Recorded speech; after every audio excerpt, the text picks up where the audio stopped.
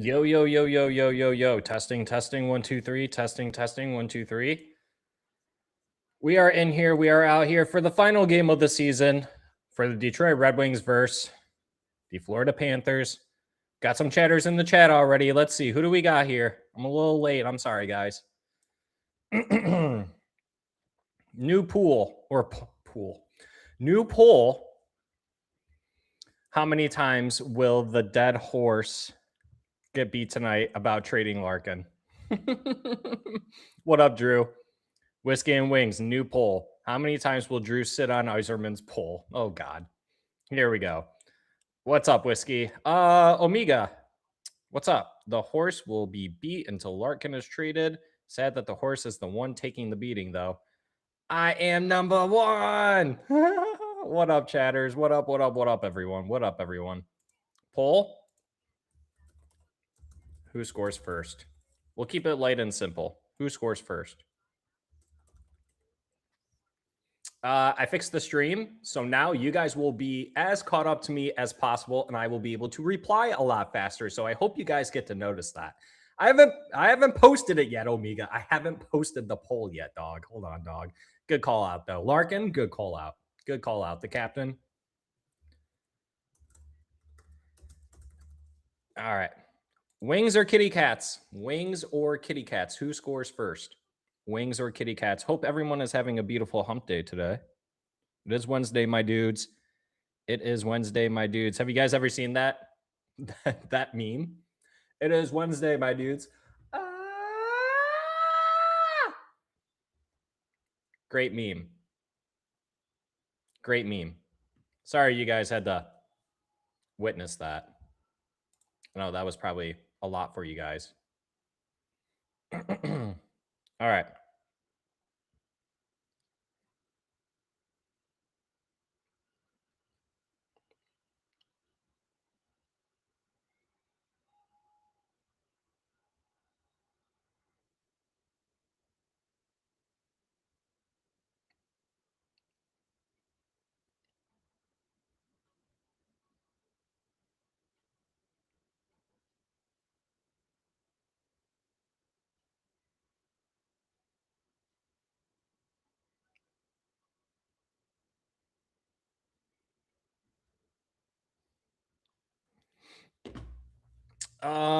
Sorry, I don't blame people for issues they didn't cause. Oh God, here we go. Come on, everyone. Let's not do this. It's the last game of the season. We'll have plenty of banter throughout the offseason, okay? It's already been said that there probably won't be any changes in the front office, which is I don't necessarily agree with. I would like to see behind the bench changes, maybe in Tanguay, if that's a possibility. Whiskey, everyone survived the storms last night. Dog, my Aussie absolutely hates storms. He was unbearable last night. I felt so bad for him. Luckily survived.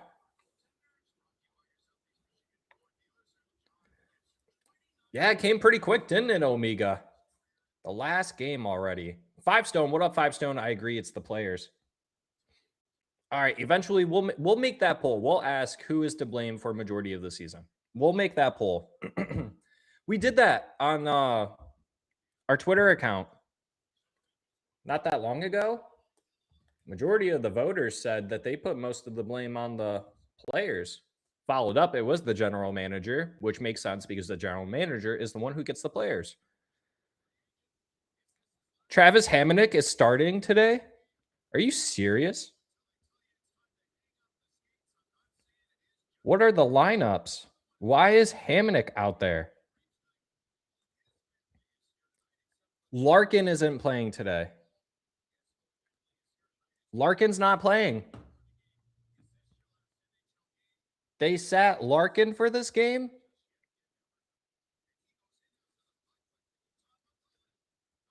Top line, Finney, Raymond. Second line, DeBrincat, Kopp, Kane. Third line, Mazer, Comfort, Perron. Fourth line, Reamsdyke, Casper, and MBN. What is this? This is how you end the season? This is how you end the season with this kind of lineup?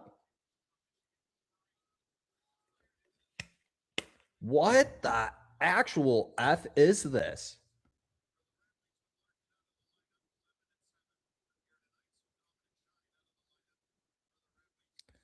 .400 career games for Lucas Raymond tonight.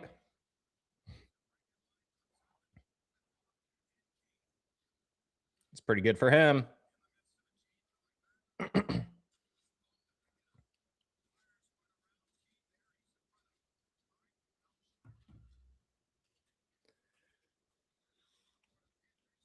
Red Wings with it in their zone. They were behind the net. Kopp trying to get that puck. He does get it in the Florida Panthers zone. He falls down. They're in the boards. They're battling for it now. He comes up with it. Kane, the DeBrincat. Good setup there. That went a little wide. Kaner has it back. Drops it down to Kopp. Kopp can't hold on to that. It's 2-on-1. Florida's picking that puck up.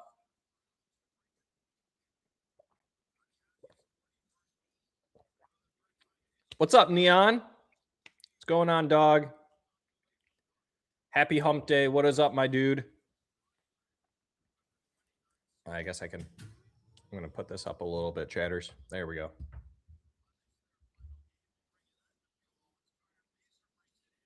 Mazur with it. Sends it down low. David Perron picks that up. Perron tries going into the goalie. Can't. Donovan Sabrango stops him. Former Red Wing legend. Mazur with it. Sends it back down. Red Wings working the Panthers here on this shift. Panthers able to come up with the loose puck, though. They're looking to break out. They'll dump it in. They go off for a line change. Red Wings with it behind their net. Casper to Raymond. Back to Casper. Comes in with some speed. To Finney.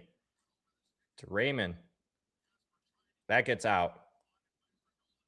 So you got Casper playing with Finney and Raymond up there on the top line. Love to see that. Red Wings get that out. ASP pinches up, puts that deep into the Florida Panther zone.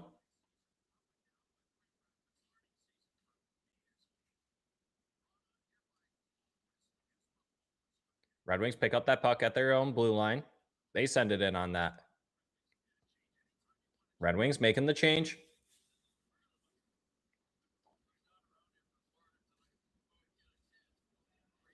Haskey going to pop in for the last game. I have not heard from Haskey today, so he might be busy. You guys get to hear my good guard dogs at least, though. Hold on. I'm going to mute myself.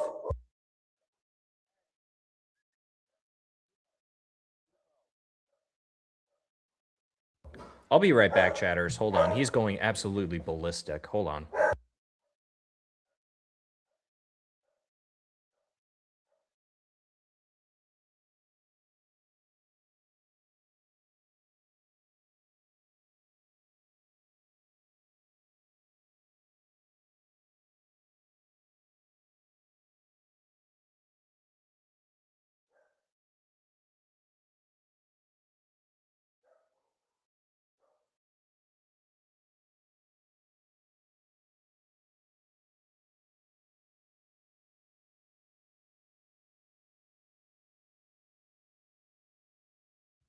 All right, chatters.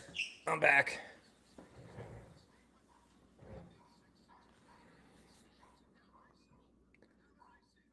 Haskey quit on the wings? No. He's got a kid and everything, so he's got to take care of his kid, and he's got to do dad obligations and stuff, so life catches up with you sometimes.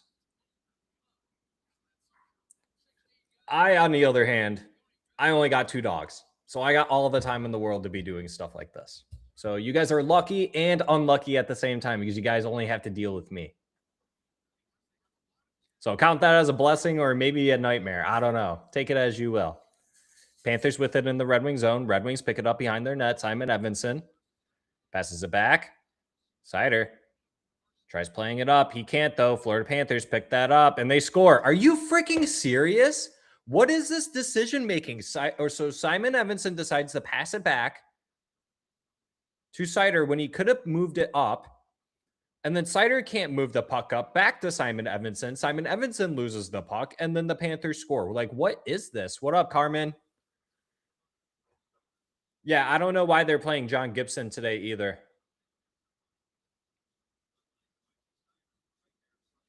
All right. Poll's over. That was quick. New poll.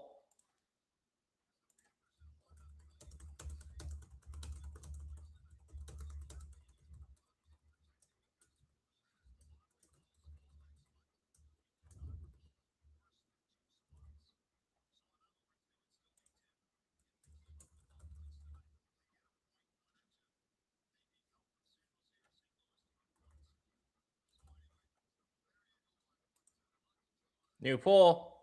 Who's to blame for the season? For missing the playoffs?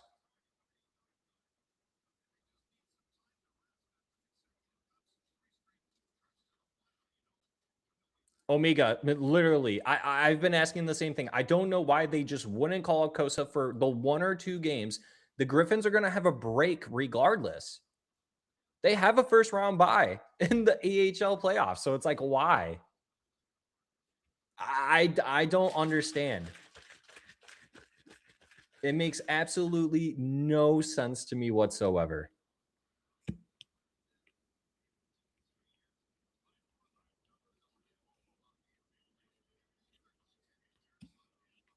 That's your GM too, Whiskey. I don't know what you're talking about.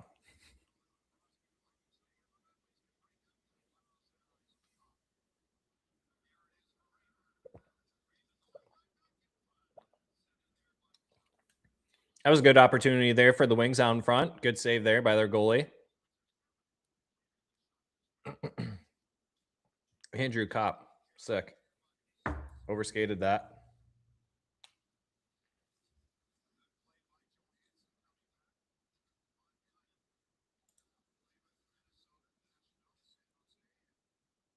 You disowned him 2 years ago. Gotcha. So do you just spread the good word of fire Yzerman? Is that like your ultimate goal now until he's gone? Or like what's your like were you doing this when they were good, or are you only doing this when they're bad? I'm just curious. Like that's like a genuine question. I'm curious to know. Should have rewarded Kosa with the starter too when he was playing well earlier in the season. They didn't have injuries though. That was kind of the issue. They didn't have injuries. It's kind of where I think it kind of that's the only, I mean, like you can call an excuse all you want. That's the only thing I can come up with, which I think it's a horrible excuse, but like, yeah, there just wasn't any goalie injuries. But since you got eliminated 2 games ago or a game ago, I don't see why they wouldn't call him up.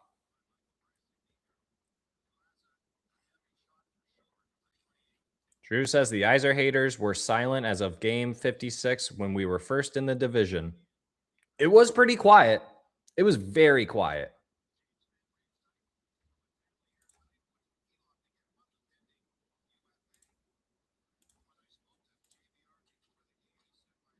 It was very quiet. We'll admit that.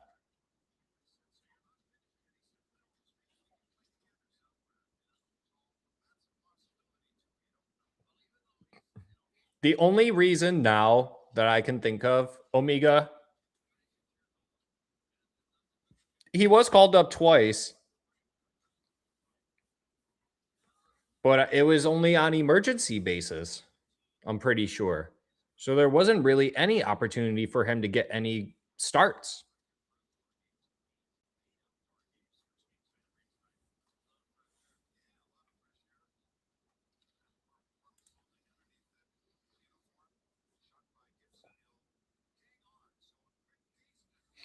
So Omega, back to what I was going to tell you. So to your point, if they're not willing to put Kosa in a meaningless game like this, that's not a good sign. I don't think that sign isn't on Kosa. I think that sign is on they don't want to bring Kosa into this team when it's so down bad. I think this locker room right now is as low as it's ever been.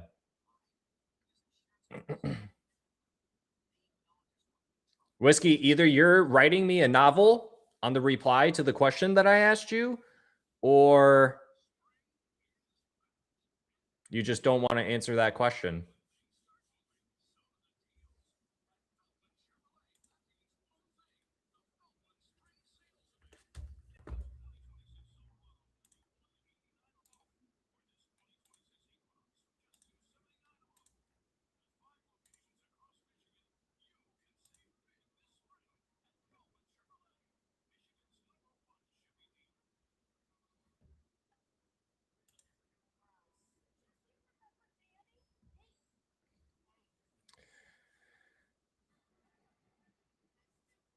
Right, exactly, Drew. Surprisingly, we were very healthy in goal all year.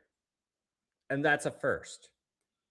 That was like one of the reasons, other than the fact that we didn't have a goalie that could withstand playing more than 4 games in a row.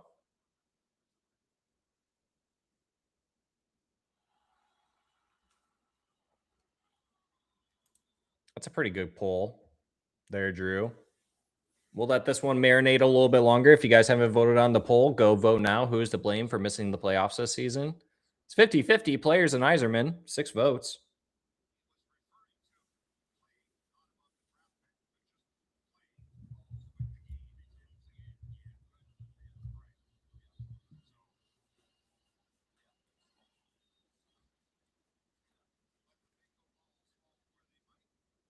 Did Whiskey leave the chat? I'm curious. Whiskey, I'm still waiting for that response. Were you also not excited when the Wings were in first place? Or were you still saying fire Yzerman?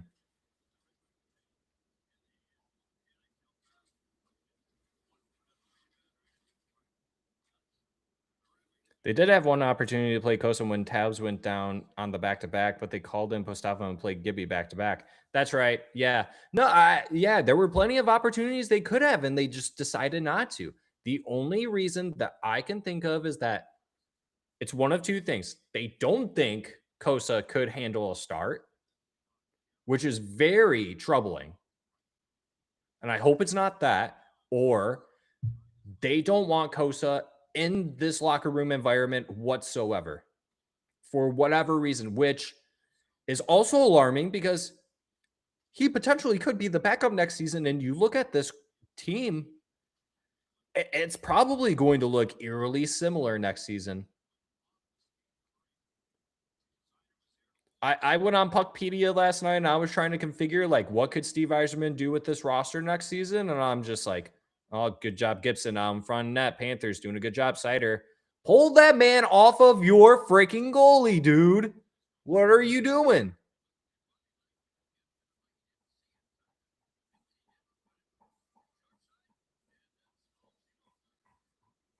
Yeah, I was on Puckpedia last night trying to see like what I could do, but it's just like your defense is pretty much locked up. Like your 7th defenseman could either be JBD, Sherrod, or ASP. Probably not ASP, but it would be probably JBD.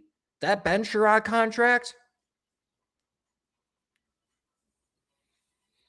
I think that they go out and they upgrade Albert Johansson. And then they make Ben Sherrod the 3rd pair for the final 3 years of his career on his contract that he got extended with. That is the only thing I can think of.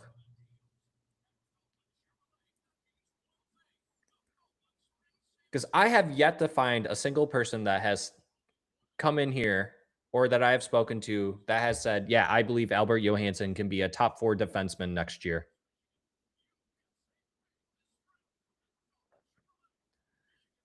Now, I would have maybe went for Costa to start then, but even Postava, I did think it was a bonehead, I think is what you meant. Bonehead coaching move on that back-to-back starts for Gibby.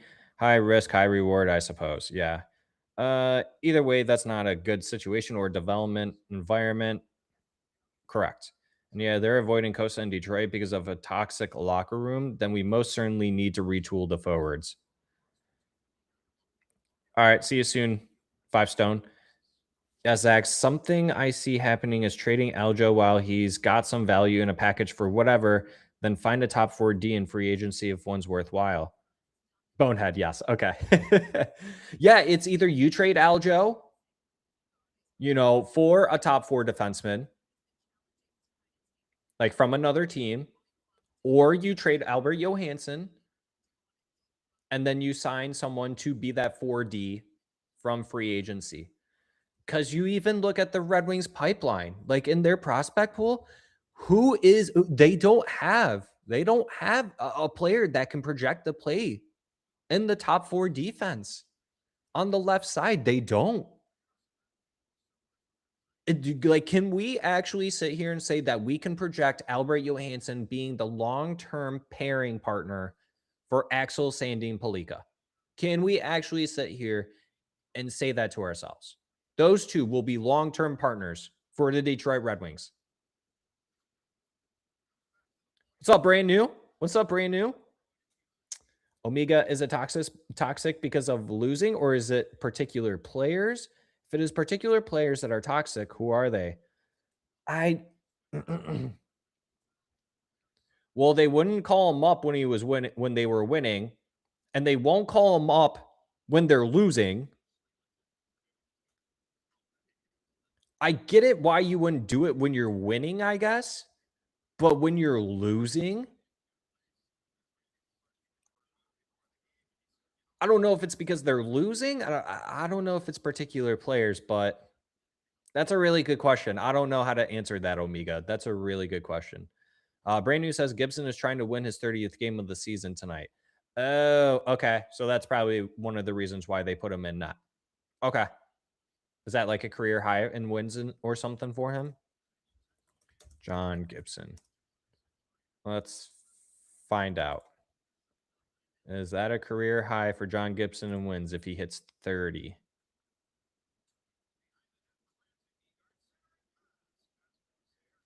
It would not be a season high for him, but it would be very close. He would be off by 1. Very, very strong season from John Gibson. Like, I don't think I could have asked for more out of John Gibson. He was the reason why we won a lot of the games. I think Steve Yzerman knows that. I think Tom McClellan knows that.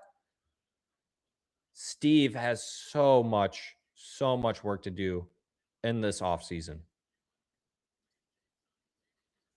If he just makes one impactful trade, meaning somewhere in the top 6 or in the bottom 4, and then you bring up a bunch of young guys, I think that can do it.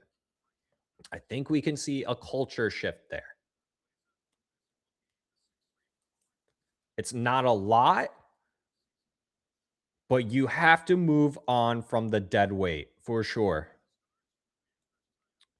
Brand New with the donation. Thanks, Brand New. Have a protein shake on me, bro. Thanks, dog. I appreciate that. I'm actually currently drinking my electrolyte water. I appreciate that, dog. So I will give me a protein shake. I do need to make one today still. I did drink my protein sparkling water already. I know you guys are probably wondering. We haven't seen Zach drink those in a while. I've been drinking them a lot sooner lately, so I do apologize. Maybe I'll grab another one of those instead of a protein shake. Appreciate it, Brand New. Thank you so much. Definitely appreciate you, big dog. Where did I leave off? Drew, here you are. But yeah, then you move Ben to bottom pair D with ASP or JBD. Falk with whoever they get. You're still solid. Yeah, no, I'm with you there, Drew. Yes, and I would rather go Ben Sherrod and ASP than Ben Sherrod and JBD. There might be an opportunity where you can. I mean, I get it. Like it wouldn't be a lot, but like you put JBD in a package deal with like a pick or another prospect, and you try to upgrade the defense that way. I don't know, but I think it's probably Albert Johansson you would have to trade. Ben Sherrod he can't get moved. They gave him full security, which is absolutely incredible. Steve is hard to read. I don't know what Steve is doing, honestly. It's hard for like I don't really like try to sit here and defend. I try to look at on both ends of the spectrum. Because it's very upsetting to me too, guys. Like I don't know if you guys know this. Like I am a Red Wings fan and I get very frustrated at the things Steve does. And I try to do my best to understand from his perspective, much like how I try to from everyone's perspectives. I'm willing to hear Everyone, anyone, any take, any kind of, like I'll listen to anyone. If they have a hot take or if they have like an objective, I will listen to you guys, but like I have to be logical in the thinking process about it too. But we keep hearing how deep the farm system is. Farm is deep. GR is getting it's very crowded. The losing adds to any toxic environment for sure, but this is something us fans will likely never know. Oh, 100%. We'll never find out. Never. Never. But it is pretty alarming too when someone like Tarasenko, some might say like he probably never wanted to be in Detroit in the first place, then he shouldn't have signed. That's kind of on him. He shouldn't have signed here. So I don't know if I necessarily agree with that part, but Tarasenko didn't work out, goes to Minnesota, does fine. You look at Soderblom, doesn't do anything for us here, and then gets moved on, and he's doing pretty well with the Pittsburgh Penguins. So I think internally within that locker room that there is something going on. There has to be something going on.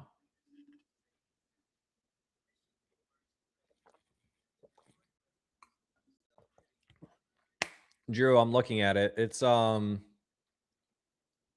2017-2018 season. He had 31 wins.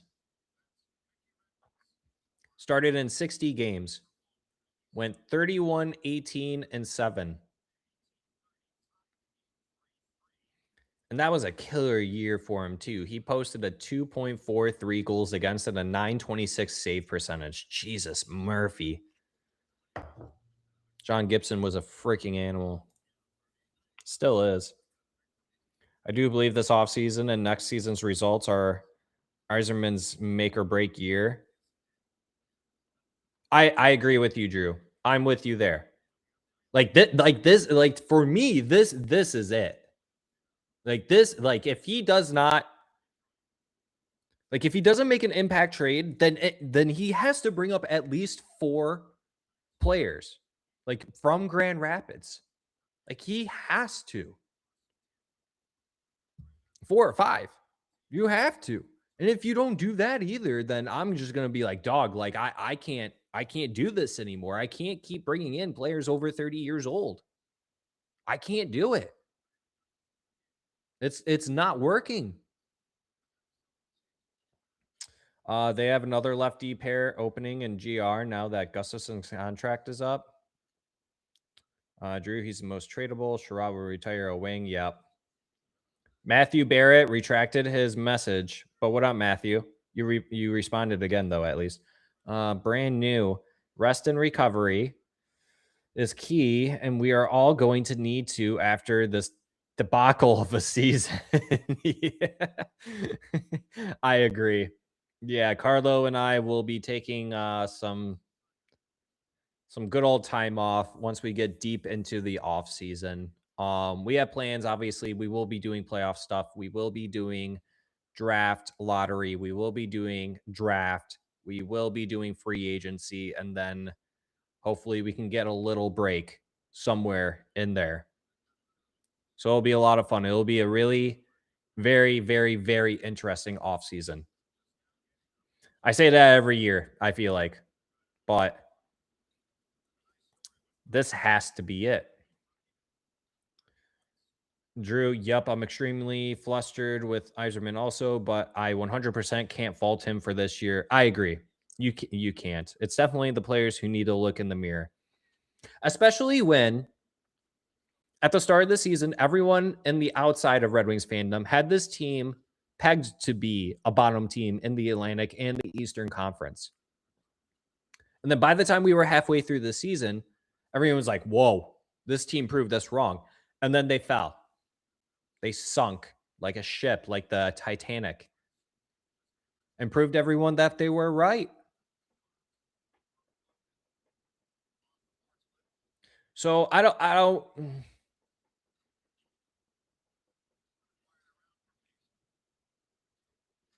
feel like people are like, I think it's fair for people to criticize Yzerman for the roster and the way that it kind of played out this season, considering that everyone saw this team not being as competitive as they were to begin with. And they ended up being very competitive. And then it all just kind of fell apart. So I don't know. I see where people get upset with Yzerman, but I would primarily put most of the blame on the players for not being able to lock it in, close it down, and get it over the finish line. And some of them for the third straight years, some of these players. You know, I don't know if you guys know this, but I don't cheat, guys. Don't cheat. Oh, Whiskey finally came back. Whiskey, I'm still waiting for that response to my question, buddy. You're gonna ignore me, dog? You're just gonna ignore me, bro?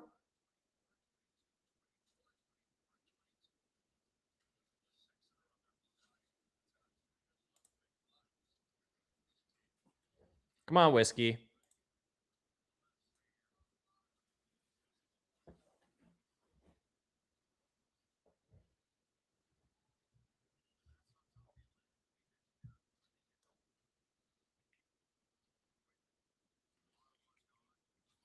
Were you also clamoring for Yzerman to get fired when this team was in first place earlier this year? Or do you only start doing that when the Wings are bad?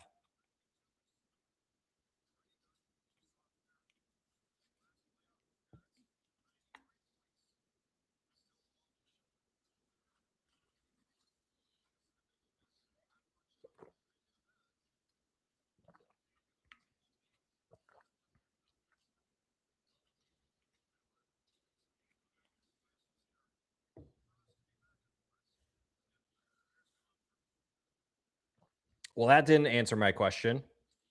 I was asking when this team was in first place. Were you still saying Yzerman was bad, or were you cheering on for this team that they were saying that they were good? I'm just curious. It's a legit question.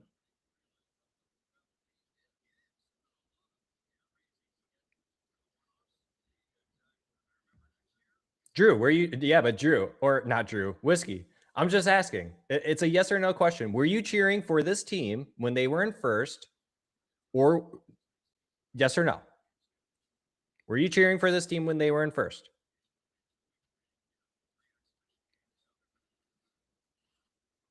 All right, there we go. Were you still calling for Yzerman's head when they were in first?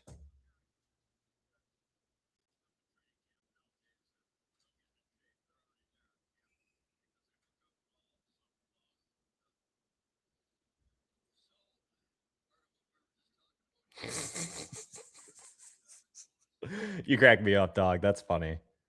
All right, well, you probably only got one more year of him, Whiskey. You probably only got one more year of him, dog. That's all I'm gonna give him.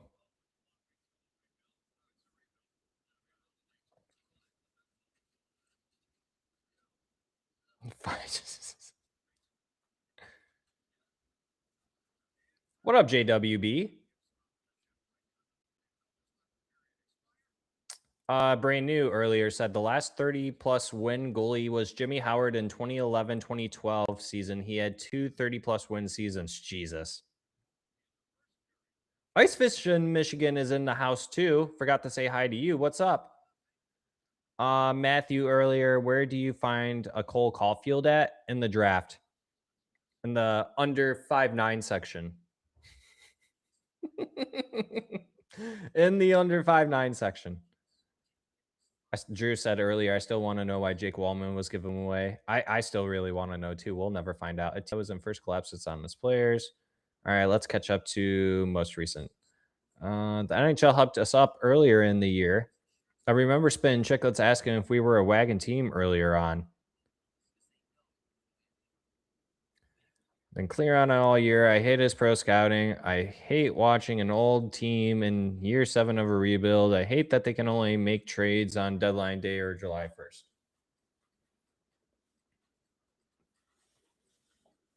I agree, Whiskey. It's a very boring approach.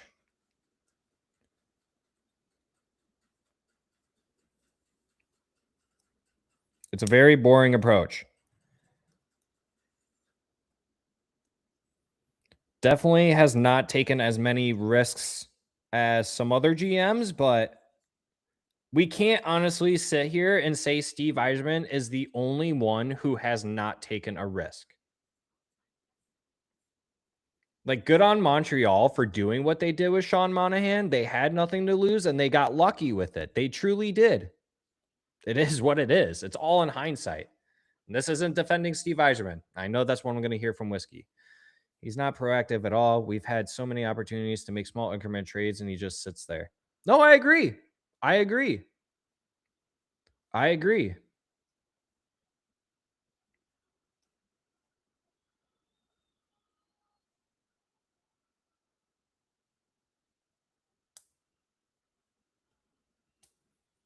Brand New says, I'm hoping Buffalo makes it to the final. That would be pretty cool. Yeah, I was kind of sitting there and thinking about it. I was like, nah, I think it's going to be Tampa versus Buffalo in the Eastern Conference final, I think. No, that can't even happen. Is that even possible? No, that's not even possible, right? So it's probably going to be, it's either Tampa versus Canes or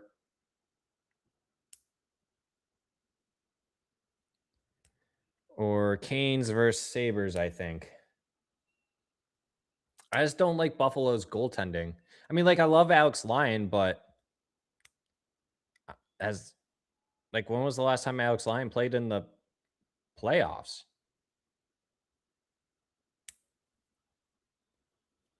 He traded for Cat in August. Yeah, the Alex DeBrincat trade was pretty late in the year.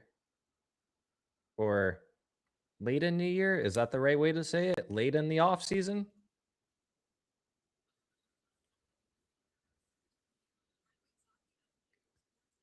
Well, Whiskey, I only brought that up because you're comparing Steve Yzerman to other GMs. Like you brought up Montreal earlier.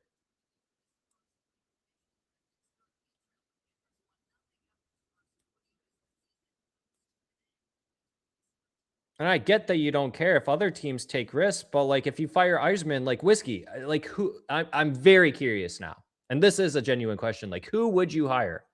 Who would you replace Steve Yzerman with?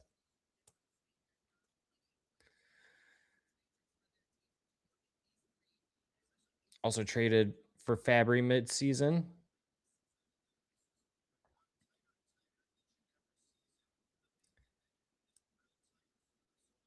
Ushanku, I think I'm pronouncing that right. What up, dog? What's the next move the Wings make? Ugh. Hopefully a top 6 forward or a top 4 defenseman. Brand new. Lion played for Florida the 2 years ago in the first round. That's what I thought. I thought so, but I didn't want to misspeak on that. I could have sworn he did because that was when Bobrovsky got injured or something, right? JWB, hey Zach, do you think the Wings will make a run at Pettersson now that Steve knows how badly we need a second line center? If not, could you see them make a run? Who could you see them make a run for?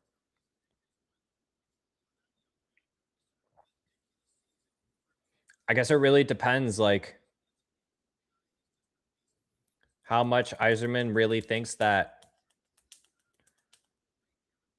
I just don't know what Yzerman thinks about Casper or Danielson. That's like my thing. Like, does Steve Yzerman think Nate Danielson can be a 2C? He won't know that until probably next season or the season after that. Casper, like this season wasn't helping him at all to see if he could be the 2C of the future. So, and then like, what does he do with Plant? What does he do with Bear? I don't know what he does with those guys. Do those guys become centers? I don't know.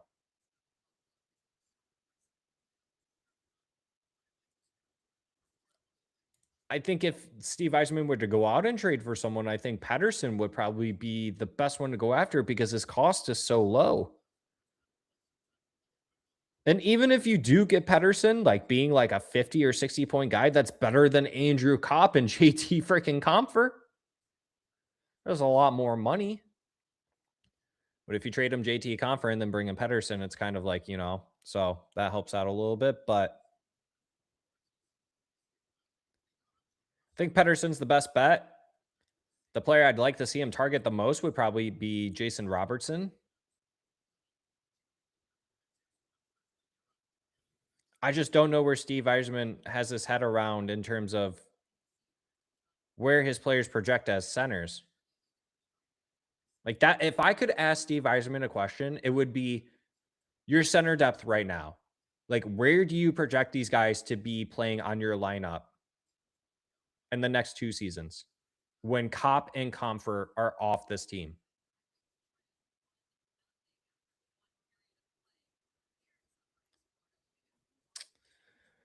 Satch. What up, Satch? How many players even want to come back? Doesn't look like half of them really care. Well, a lot of them are still signed to contracts, so unfortunately, some of them have to come back unless some of them want to be moved. Honestly, no one's really brought this up, but if I were JT Comfer, I'd probably be requesting a trade. I don't see how JT Comfer wants to come to this team next season playing a 4C. Because that's honestly where I would put him. I'd put him at the 4th line center. Say, like, here you go, dog. Like, this is where you're going to thrive the most. Montreal traded for Baduke and Dobson this year, 2 young impact players. Yeah, they did. Yeah. I know what they did. And you're doing this, and you're doing what I said. You're kind of comparing Steve Yzerman with other teams' GMs making trades. I think it's 50-50 on EP40. I don't think I want him here. I'm a puss and wouldn't want to get stuck in with that contract, even if he continues to tank. Drew, hey, Zach Werenski might be available this offseason. Y'all see the comment? Dude, I did see that comment. Yeah, and I would, if I were Steve Yzerman, I'd be all up on that. I would be all up on Zach Werenski. And I would trade Albert Johansson. I know I need to add on. That's just, yeah. Albert Johansson's not going to be a top 4 defenseman, but I give him Albert Johansson just for the defenseman piece. I'd probably give him a first and then probably 3. You'd have to give him 3 top tier prospects that you have, which would probably be Bear, Plant, and one other, Kosa or Augustine or something. I don't know. That's probably what it would take to get Zach Werenski, to be honest. Unless Werenski literally came up to him and said, yeah, I want to get traded to Detroit. Then it would be cheaper. JWB, I'd be fine with Kopp at 3rd line and Comfer gone. That's how they need to go into next season. They need to start Kopp at the 3C, and they need to put Casper or Danielson at the 2C. You have to figure out and force these guys to either sink or swim. Now is the time to do it. We have waited long enough. We saw a little bit of it this season. ASP, Finney, NBN. This next upcoming season, you have to rip off that Band-Aid. You absolutely have to. Yeah, Robertson would be a dream. Love his style. I wish I could have an off-the-record chit-chat with Yzerman also, because I hate not knowing everything. I'm with you, Drew. I am with you. JWB, I still would love Robert Thomas, but beggars can't be choosers. I just don't think St. Louis is actually interested in moving him at all, and I think it was just kind of noise from the media. Although I think there were reports out that they did actually legitimately hear offers, but never went to Robert Thomas with anything. So I don't know. Carmen, right? I don't think they were ever truly in first place if you factored in games played and winning percentage. Close, but not really, unless I'm wrong. I don't think that they were ever like first, but at least they were first in the Eastern Conference. That I do know for a fact.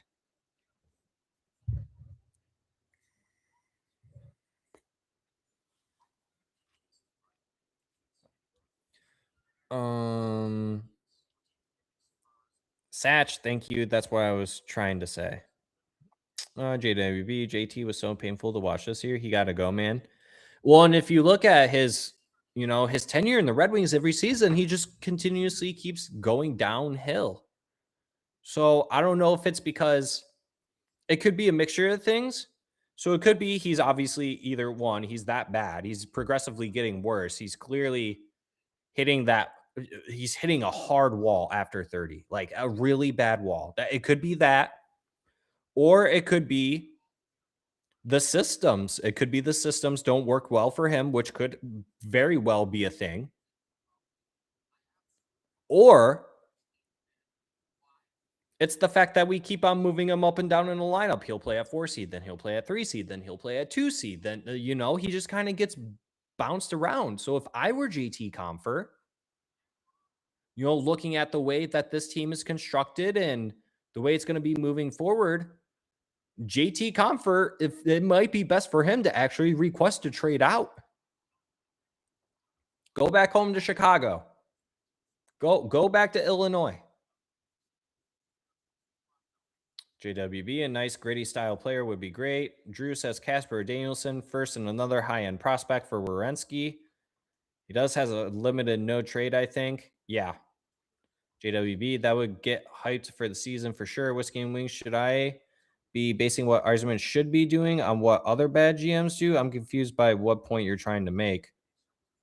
Well, you're just picking one GM out of the 32.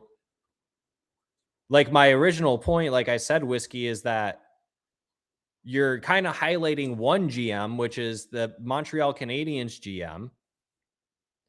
When I kind of sit there and say, not every GM does what the Montreal GM does. So I think you're just highlighting Steve Yzerman a little bit more because he is your GM and he's the GM of your team, which is fine.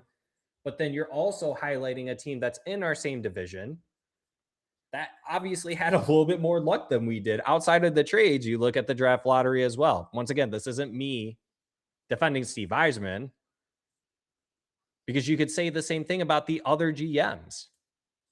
Like, not every GM takes a swing trade like that.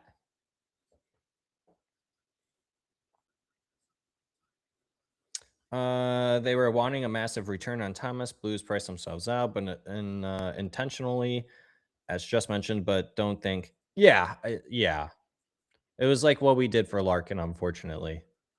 Montreal is going to be in cap hell soon, even with the increases. Yeah, I agree, Zach. Just get him out of there somewhere, somehow.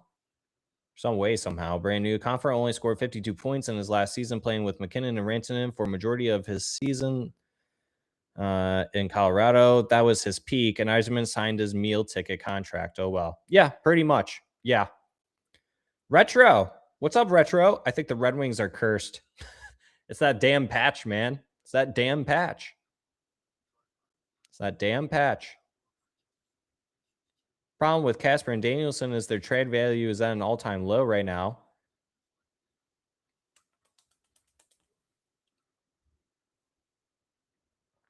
I wouldn't really say that. I wouldn't say that their trade value is low, considering of how they're still so young.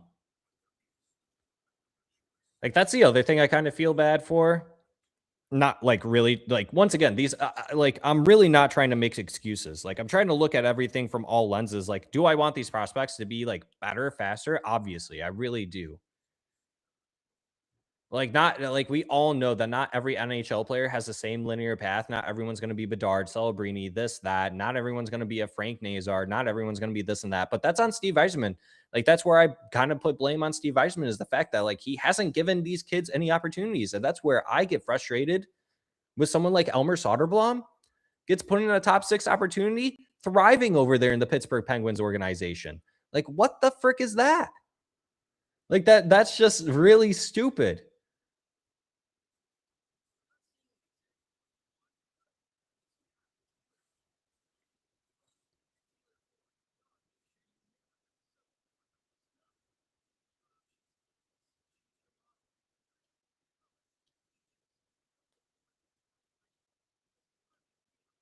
Yeah, but didn't Keandre Miller then get that really long extension that would have then blocked ASP Whiskey?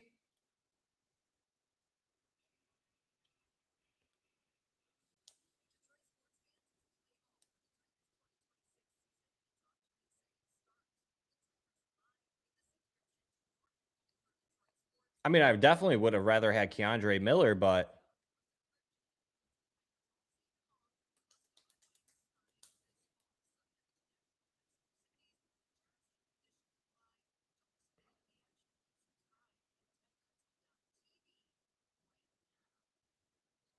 JWB, but at the same time, Rasmussen has to be by one. He is the dead weight. I can't stomach another year of Raz. His window. Yeah, by the way, I was looking at Raz's 2026 stats. He has 1 point this calendar year. 1 point this calendar year. He absolutely has to go. Absolutely has to go. I call it the Al Sabaka curse. Oh, geez. Miller is 26 and came with an 8-year extension. Falk is 34 and has 1 year left. Yeah. Yeah. That's probably why Steve didn't go get Keandre Miller.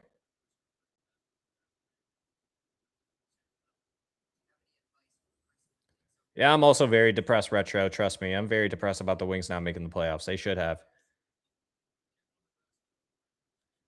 Parker says can't play. Meiserman got 44%.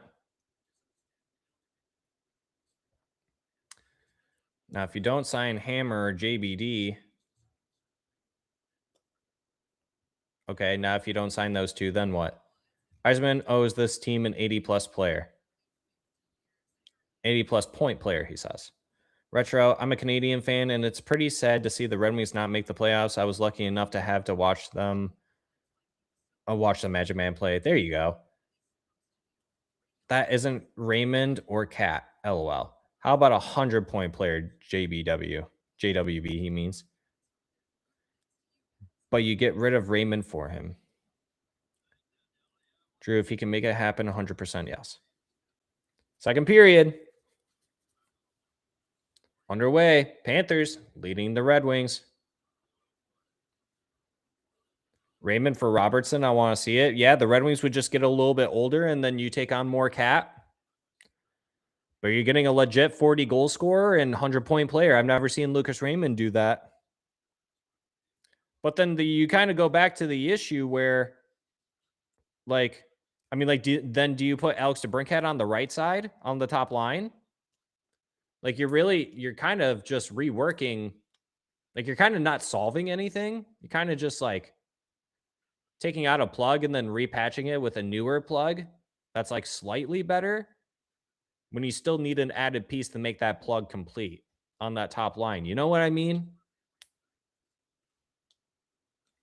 So if you can get Robert Thomas without giving up Lucas Raymond, that would probably be preferred, but it's going to be hard. Parker, thanks for doing these streams this season, Zach. They were fun. I appreciate it, Parker. Yeah, thank you so much, dog. We'll probably be doing live streams this summer as well.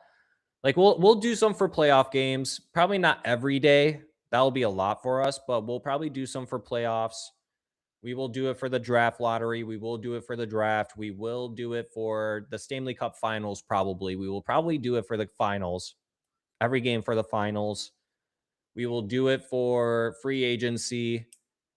So be on the lookout for those. So yeah, we got a lot planned for viewers, watchers, listeners, chatters alike this summer. So be on the lookout for those. If you guys don't have the notification bell tapped yet, be sure to tap that. That'll come in handy for you guys to keep you guys a little sane during this off season. Keep you up to speed on Red Wings content. We got a lot of ideas coming your way, chatters, so be on the lookout for all that stuff. Yeah, Paul Wood's last game, ending a career. If he didn't sign JBD, then Keandre Miller wasn't blocking ASP.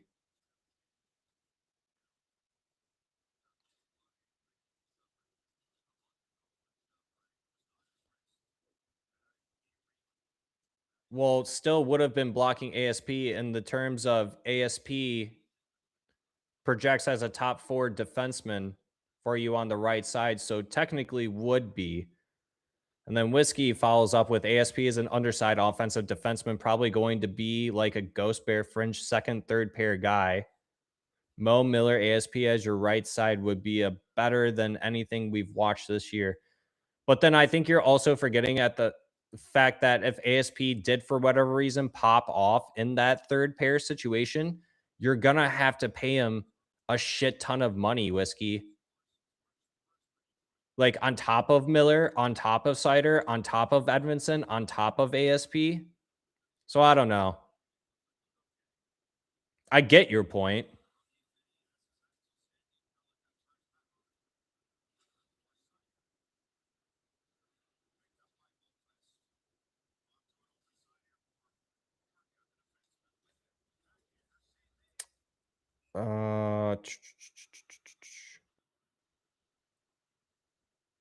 Would that puck go in? They're waving it off or something? What happened here? I can't believe that the Florida Panthers farm system team is beating the Detroit Red Wings. Like, it's actually freaking pathetic. I know they don't have Larkin out there, but that's even more like ammo for Steve Yzerman to be like, this team is so bad without Larkin that I desperately need to get them a second line center.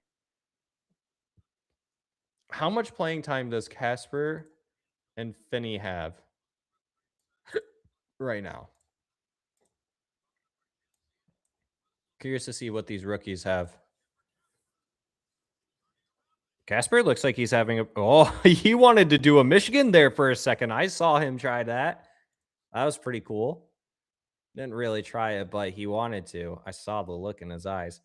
Casper has 823 time on ice. He has the most time on ice out of all the forwards, so that's really promising to see. I love that. Carter Mazer has 5 minutes. Finney has 6 minutes. Casper getting that double shift, which is good. You need that. You need Casper. Like I'm sure Steve went in there and went to Todd and was like, hey, like I need you to make Casper, like you need to make him play like close to 20 minutes tonight. Because we need to see him be that guy in the future for us. Gonna go live for any West matchups though. Oh, no way. Not unless those West matchups are at like 5 p.m. or 7 p.m. No way. No way, Drew. Unless it's like a really good matchup. Maybe we'll consider like doing the conference finals too. I don't know. Don't hold us to it, chatters, on that, but 5-Stone Larkin has been asked to do something he's not. Get a true 1C, and with that weight off his shoulder, watch Larkin be an 80-point plus player.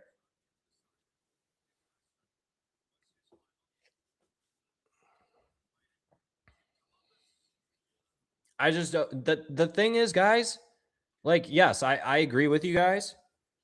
How many teams do you guys think out there are on the market to trade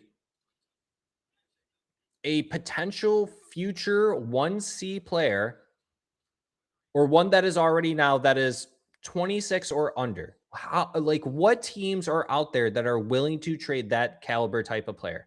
Can anyone tell me what team out there can do that or wants to do that?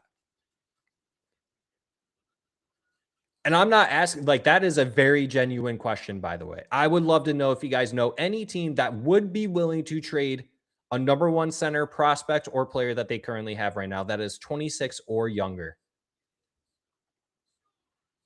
Oh, and they scored again. Great. Love that.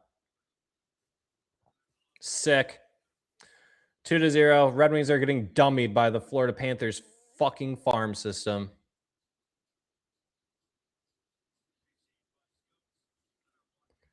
Carmen, right? It sounded like Miller wasn't interested in coming to Detroit. Not sure if it was a money thing or the culture. Darren Moon, at this point, it just doesn't matter. It just doesn't matter. It just doesn't matter. Thanks for the comment, Darren Moon. Whiskey, oh no, a good player pops off and maybe we have to trade someone with huge value for help elsewhere. Whiskey, I don't know why you're such a condescending person, dog. Like, has anyone ever told you that? Like, I'm actually trying to have a decent, genuine conversation with you.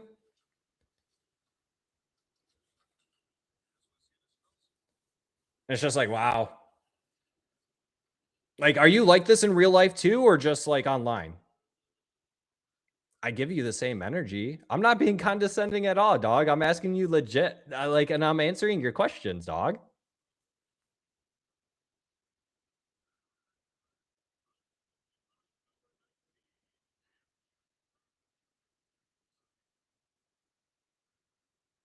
Dog, you're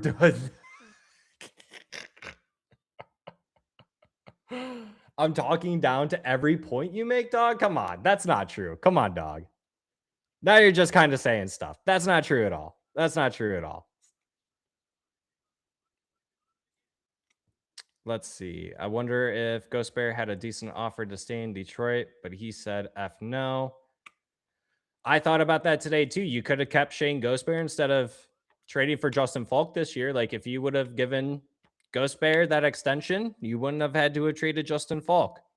Another reason to criticize Yzerman. I'm only curious about the Dallas Wild series. That one should be very interesting, actually. That one wouldn't be on too late since they're only an hour behind. JWB, if Yzerman signs some free agents to fill out positions, would you be fine with Charlie Coyle for a third liner? I'm just spitballing here. I would have to look up Charlie Coyle's stuff. But for a third liner, isn't Charlie Coyle a center? There aren't any teams really. That's why the price is sky high.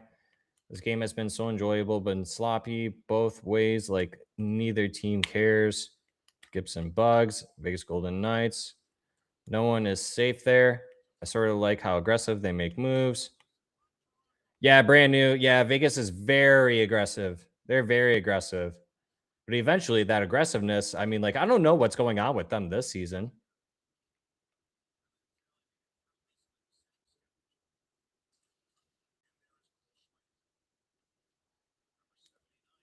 Whiskey, like, if you don't like the way I talk, you can honestly just leave the stream, buddy. Like, it's that simple. Now it just seems like that you just want to argue. I don't need to be tone policed at all. You could just go. That's not a problem.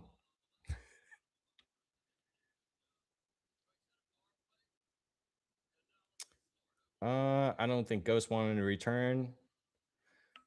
Who knows? Raymond, he's not living up to his draft status. Wouldn't mind seeing him go. The one thing I will say about Raymond is kind of the same thing I think a lot of people were saying about Larkin, is that Larkin never had like a full line to play with. Neither has Raymond, to be fair, quite honest. But he was drafted high, so you have high expectations on him. Omega, trades for players aren't going to transform the team. They need to trade for draft picks. Nobody wants to hear that, but a rebuild is the only way to do it right and sustainably. Substantially, too, I guess.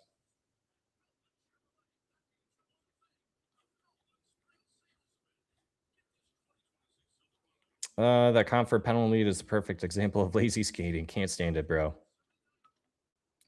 This poor team, man. Hey, he's a glider. That's all he does. He glides. I would say he half-asses his skating, man.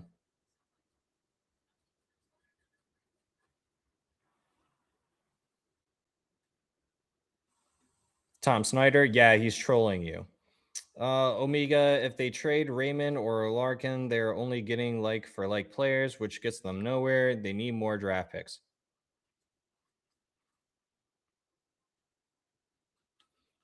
I don't think so. I mean,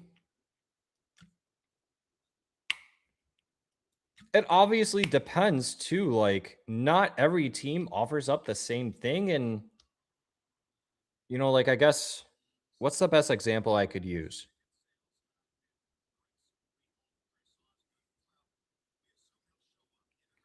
I don't know. Like, I guess one way I could say it is like one GM might value some players more than some other GMs would. Not every GM is similar, obviously, as we can tell. But looking at it from all ends of the spectrum here, that's how I'm trying to base it off of, I guess.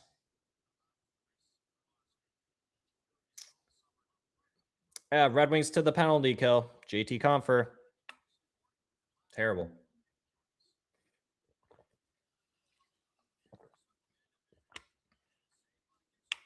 And they scored. You've got to be kidding me.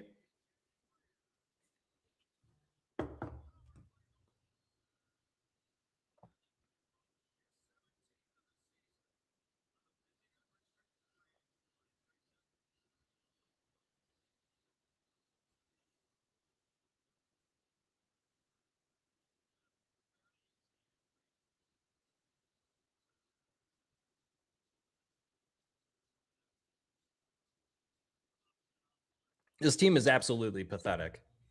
I actually cannot believe it.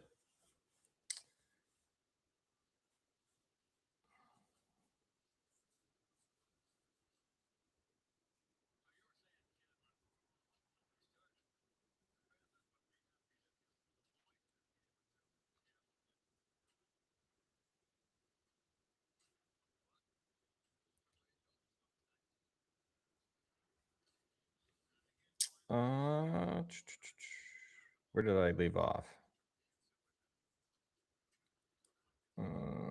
Drew Raymond is the kind of player that's relied on to make the players around him better.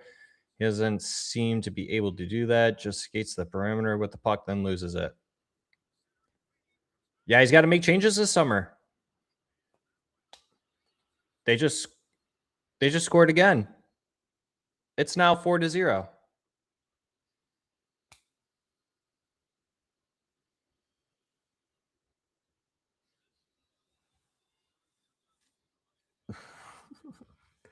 Like, all I can do is laugh. All you could do is laugh. Off the glass, hits the back of Gibson's skate and goes in. That is absolutely incredible work.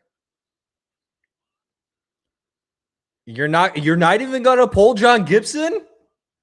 You're not even gonna pull John Gibson. It is 4-0 halfway through the game, my dude. Come on. Come on. You have got to be kidding me. A deal today isn't the same deal tomorrow. It's all about the current circumstances. Yeah, they could get players with different skill sets, but they aren't getting a proven 100-point player. It wouldn't be Wings game if they went down 3-0, 4-0 now. Whiskey and Wings. One GM might trade Justin Falk for a first, and another might trade Wallman and a second for future considerations. Plenty of options out there. Totally. I guess. Like, what do you like, Whiskey? I don't even know how you want me to respond to something like that. I get what you're trying to do here, but like, what do you want me to say to that? Yeah, Steve Yzerman. Yeah, Steve Yzerman was stupid for doing that Wallman trade. Like, is that what you want me to say? Is that ultimately what you want me to say, Whiskey? Is that, yeah, dog, I'm so mad at Yzerman. I don't want him to be the GM anymore. Like, is that truly what you want me to say? Because you're still here. You're obviously interested. Omega, they can't even send Paul Woods out with a good effort. Nope. 5 stone, Gibson bugs. Drew, no one will ever. Why we gave a second to get rid of that player, and whatever the reason is, had to be quite bad. We will never know. Yep. Coming right. If this isn't a statement that there needs to be some major changes, I don't know what is. I agree. What up, Justin? What do you guys think about Mason McTavish trade this offseason? That would probably be on. Yeah, not too many. Is he really having that bad of a season this year?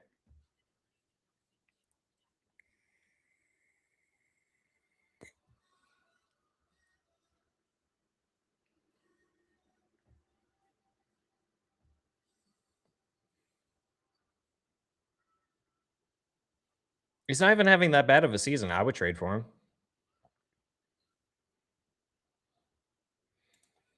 Feels like he kind of got lost in that And that roster, huh? Ducks starting. What is the Ducks even starting lineup?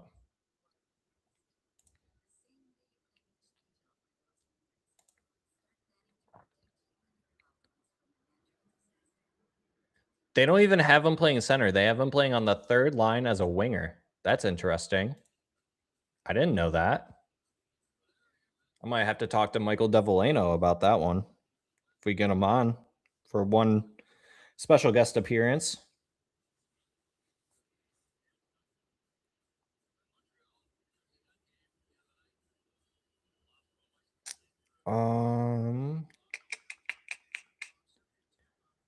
Beck Gibson is sure glad he's in again now. He probably still thinks he can get that 30th win. I don't know. We'll see.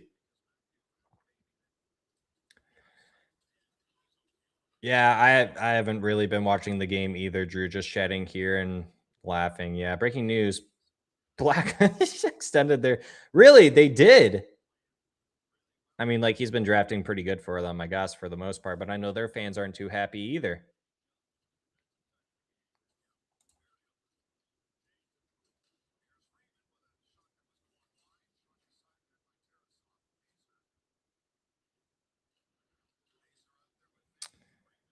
Coming right. This is a complete clown show. Yeah, just call it what it is. This is a complete shit show.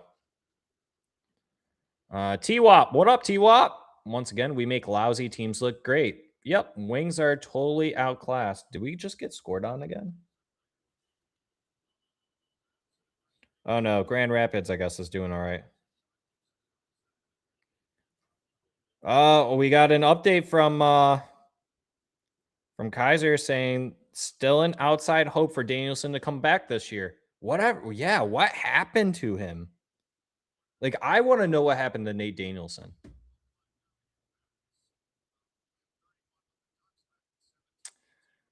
Drew says, love if we got McTavish, but we won't. Ducks are fast tracked in a week west. They aren't going to move young guys, I don't think. Well, it's not that, like, we very much are in an NHL society where players have so much control over what happens with their destiny and their future. Oh, here comes Gibson. Is he getting pulled? Yeah, Gibson's getting pulled. Talbot's coming on. That, I mean, maybe McTavish isn't happy and he feels like they should be playing in the top 6 and requests a trade. That happens all the time. We have seen that in very, very recent years. We have seen that. Yeah, Red Wings 9 shots in half a game. Gibson takes another headshot. Yep, comes off. Miga replying to Drew. An offer to Cutter Gauthier. That won't work out. 5 stone. We're too small, too soft, too slow. Going forward, get bigger, faster with some salt. Yzerman is in love with 5'9" to 6 foot players. Yeah, you'd lose a lot of draft picks on a Gauthier offer sheet. That's why most GMs don't like doing the offer sheets.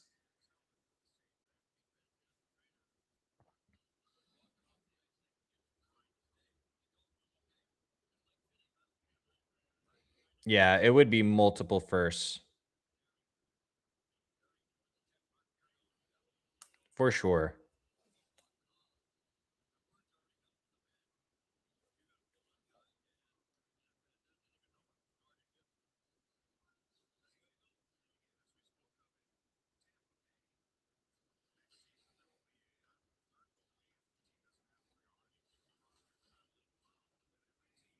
I don't think they've come out with that yet either, Drew. I could be wrong, though. I'm not sure if they've updated that compensation package when you offer sheet, because it does go based off of the cap hit that you would be signing them at.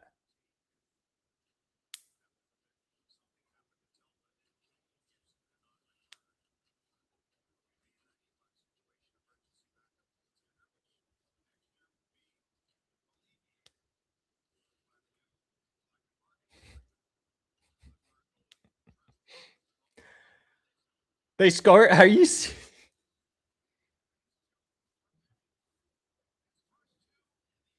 5-0.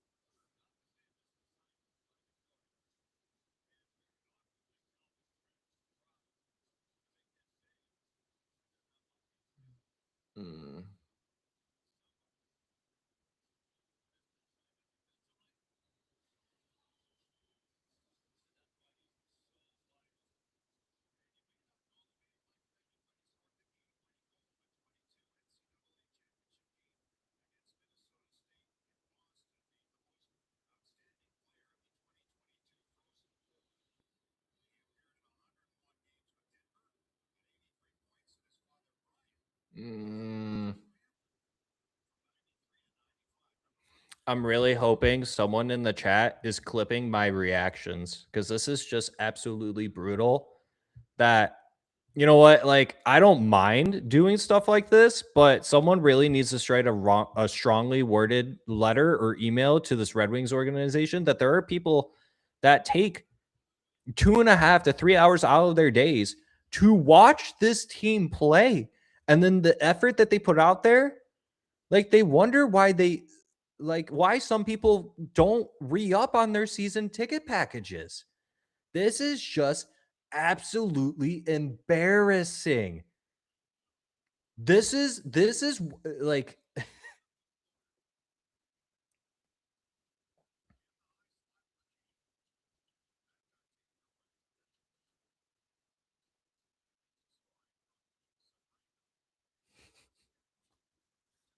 I'm just really a loss of words. Like, I'm at a loss of words.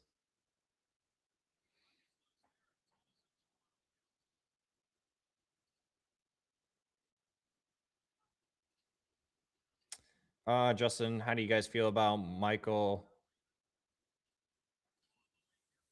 Oh, Postava. I don't know why I was like tripping on Michael right there. I could see Eisman either keeping him or trading him for a decent return. I don't think. I mean, like, Postava did put up great numbers, but the fact that he was injured this season makes me hesitant. But I see no reason why a team would not take a crack at Postava. Maybe you trade like a 4th or a 5th for him or something. I don't even know what you would get for a Postava. But I mean, it kind of depends. Like, does Postava want to try and get a backup position in the NHL? Like, what does Postava want? But I think Grand Rapids wants Postava and Trey Augustine to battle for that number 1 spot in Grand Rapids next year. Finney can't get one out in front of the net. Yeah, Finney, Raymond, and Mazer out there together right now. So we got some line juggling. Raymond hounding for that puck.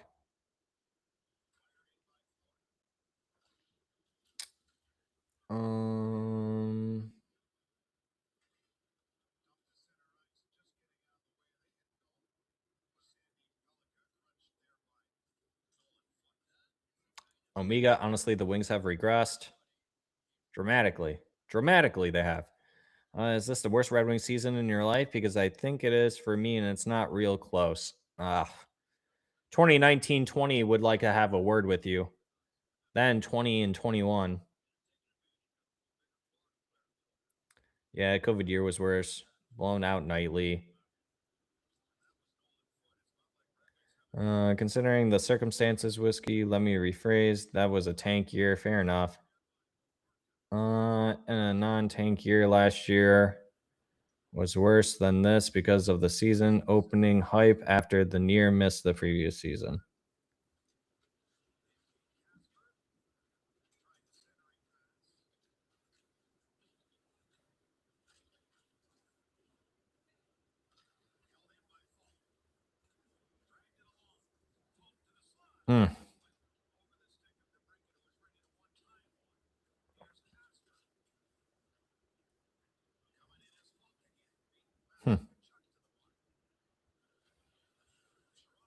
I think Knight had NHL experience, though, Drew. With Florida. Red Wings scored. Justin Falk. Justin Falk might be old, but at least he's putting up points. So that's pretty cool, at least. I wonder if there's a chance that we could see Justin Falk getting traded in the offseason. That also crossed my mind. But I know he has trade protection, so that probably won't work.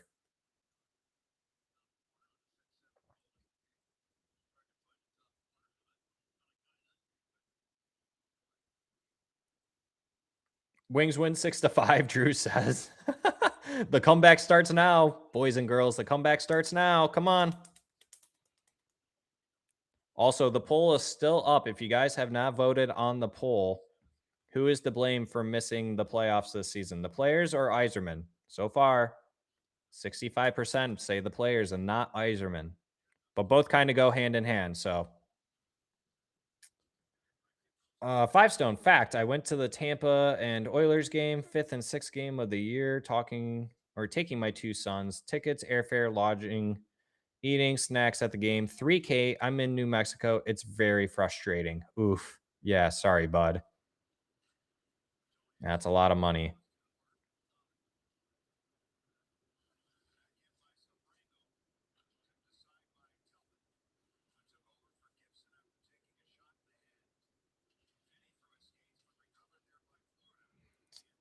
Canucks got a 4th and a Met AHL prospect for Silvos, and he won a Calder Cup. I believe he had less than 20 games at that time. Not sure on that. It was probably, yeah, I think you're right, Drew. I mean, I'll just look it up. Spencer Knight. How's he doing for the Blackhawks this season anyways? Not that that really matters considering their team's kind of trash. Spencer Knight. He's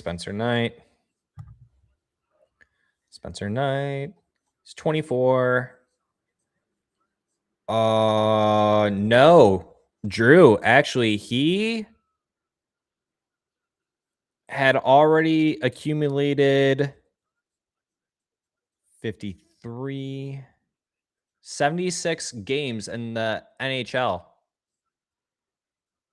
76 NHL games before getting traded to Chicago. 76 games before getting traded, Drew. Let's trade Falk for Mrazek. Jesus, Bob, stop that. No. Lord Venom, yo. Going to bed. Stanley Cup champs in the making. Hello, good night, everyone. Good night, Lord Venom. Peace out, dog.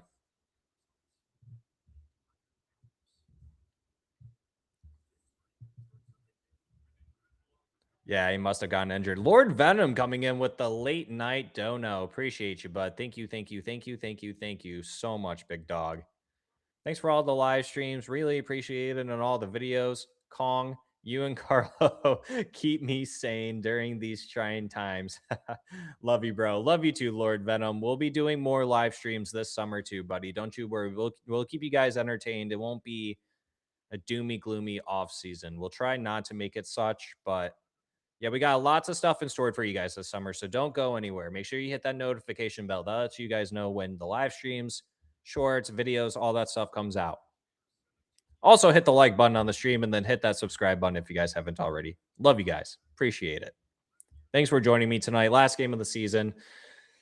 And it is a fucking doozer. I'm so sorry if you guys have kids around, but I feel like since it is the last game of the season and we were down 5-1, at one point it was 5-0, I'm allowed to cuss every once in a while here on this live stream. So bear with me, if you will. You guys don't get to hear it often, so here it is. Drew, I hope we get a first for Falk. If so, that's what I mean. That's what I think you could get back for Falk if you traded him. You could probably at least get that first back.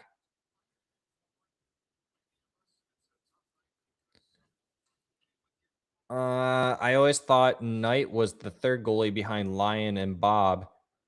We're all adults. Yeah. I try to keep it PG-13. You just never know. You truly just never know. Minute 30 remaining in the second period. Well, Well, I don't think they always had that much faith in Lyon, and I think it was kind of like I think it was a similar situation how it was last year for the Red Wings, where it was like Talbot and Lyon would almost like swap off. I think that's how it was for Knight and Alex Lyon. I totally could be wrong, but that's also a miss. Yzerman should have kept Alex Lyon and gotten rid of Cam Talbot. Like, that was a stupid move by him.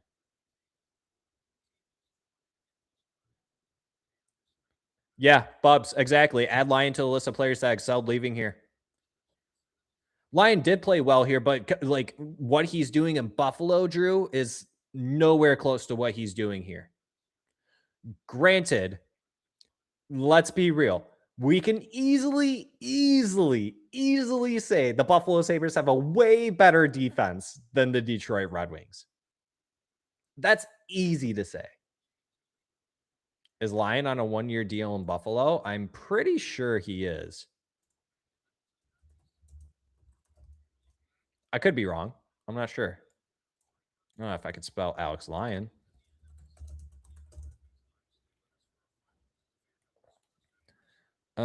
Alex Lyon. Why didn't that? Okay. Alex Lyon. 2-year deal at $1.5 million. Isn't that what Cam Talbot's making too? So then you would have had to have waited for Kosa an extra year, or at that point, after Lyon had his breakout backup season, you could have traded him and then brought up Kosa. So yeah, that's a miss on that's a huge miss on Yzerman. People will say I'm not critical on Yzerman. Like, I call him out on his flaws all the freaking time. Bob's TV, thanks for the donation. Game over. Thanks, bud. Lyon getting a stat boost off the Sabres D. That, I mean, very well could be. 277 goals against and a 907 save percentage and 36 starts. 2 seasons ago, he played in 44 games for us and put up a 305 goals against and a 904 save percentage. Alex Lyon is actually a really good backup goaltender. Like, I am very surprised that we did not stick around with Alex Lyon over Cam Talbot. I am very surprised by that. And it probably came down to the fact of Alex Lyon saying, like, yeah, I'm looking for something more than a 1-year deal. So that's probably what we were offering him. Jay Burke, what up, Jay Burke? Happy last game of the season. What up, dog? Lyon getting a, yeah, I already read that, Drew. All those first overall D-men really working out for him. Yeah. Finally. Yeah. And then them adding Bo and Byram too by moving on Casey Middlestat. I believe we offered Lyon a 1-year deal, but he wanted more ice time and then obviously more. Yeah. See? Yeah. Lyon is the perfect Manny legacy. Yeah. Bringing Lyon back. Kosa needs more seasoning. What do you mean? Kosa's having a good season. He's having a great season in Grand Rapids. When do we bring up Kosa? Hopefully it's next season. I mean, like, even like it's got to be Kosa. Who would you guys? All right, if you guys didn't bring up Kosa, who would you guys sign in free agency as a backup goaltender? Like, if we weren't, like, or like, would you guys go with Trey Augustine? Like, I don't know. There's a couple different ways you can go about it. You either go with Kosa, or you get someone in free agency, or you go Augustine. Like, those are pretty much your 3 options for a backup goaltender next year. Drew says he's out of options. I disagree. I think you still got 3 options. Let's go back to free agency, bring up Kosa, or bring up Augustine. It's one of those 3. I lean more towards Kosa. I'm interested to see the dynamic between Kosa and Trey Augustine, though, come this offseason, though.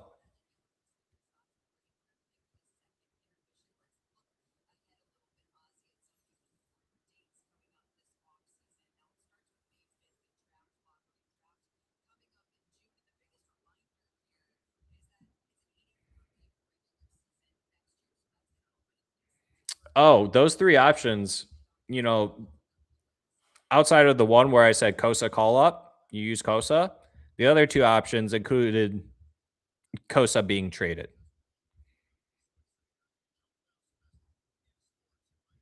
Yeah, because you actually have to sign Kosa this season, this offseason. You have to sign him to a contract.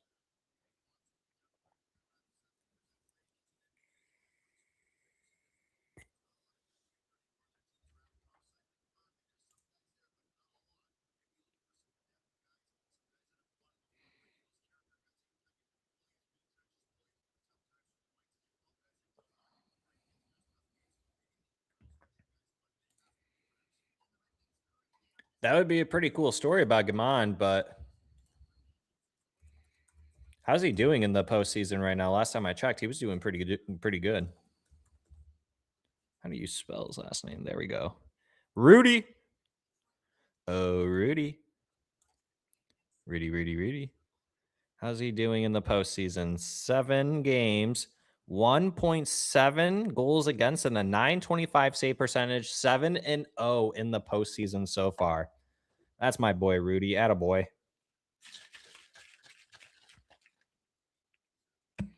They're showing the pending UFAs and final seasonal contract for the Wings. Projected $30 million of cap space. Kane, Perron, Riemsdyk, Hamonic, Talbot coming off the books. Final season of contracts: DeBrincat, Kopp, Casper, Appleton, Falk, Johansson, and Gibson.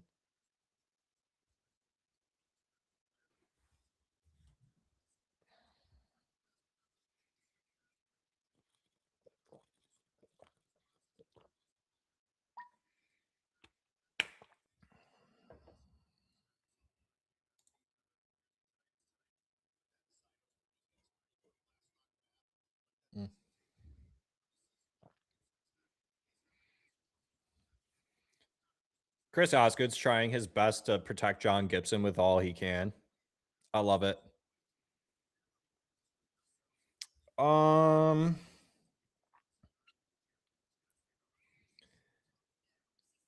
could be the sleeper we need. Honestly, yeah. I think Carter Gylander honestly could potentially be something too. I mean, haven't seen what was the last team that had a goaltending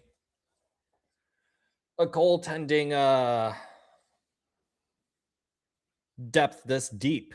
What was the last team that had goaltending depth this deep, or at least the potential to have deep depth in that? Philip Larson. Yeah. Oh, Jesus. Just search Slapshot trade me.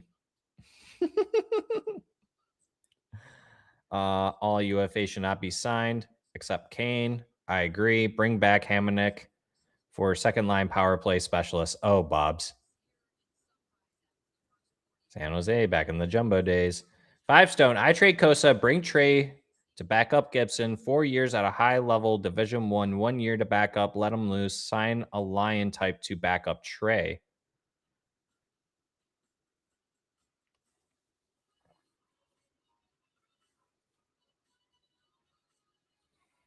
That's an interesting way to spell Kaprizov, Drew. That's not how he spelt it, is it? Or no, that's Kiprasov. Sorry. Sorry, Drew. I got you, dog. My bad, dog. They have more, but I ain't looking. Yeah, my bad, dog. My bad. I got you. I just read it wrong. My bad, dog. My bad. I wanted to do a new poll. I think we're good on this poll, right? Who is the blame for missing the playoffs? 67% of the voters said players and not Yzerman. Okay. End poll.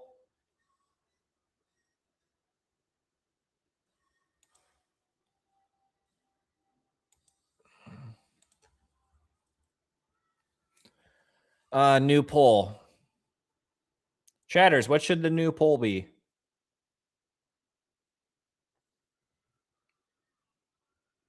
You guys got any suggestions? I'll put it up if you guys got any poll suggestions here.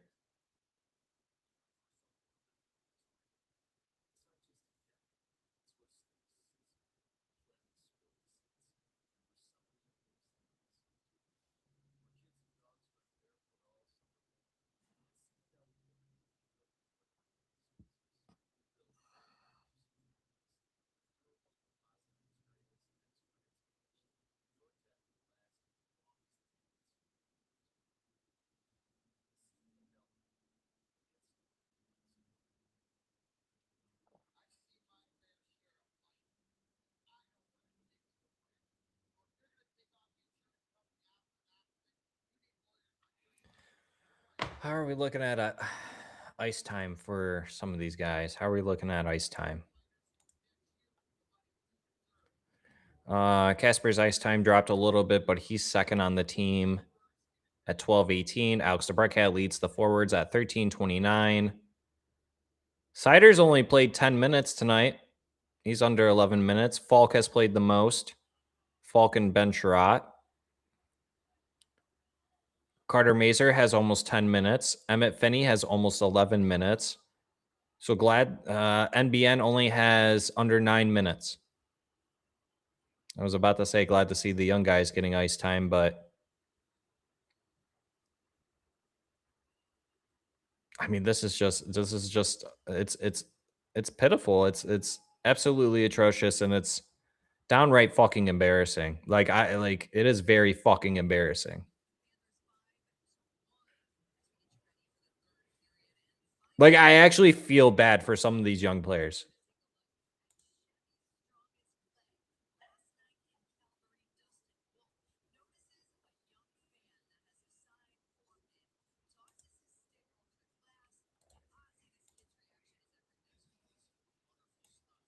Oh, they're showing the kid who got that goalie stick in Calgary. That kid was dying. Oh, that is great. Oh, that was awesome. That was pretty cool. Ruh-roh. I'm losing it.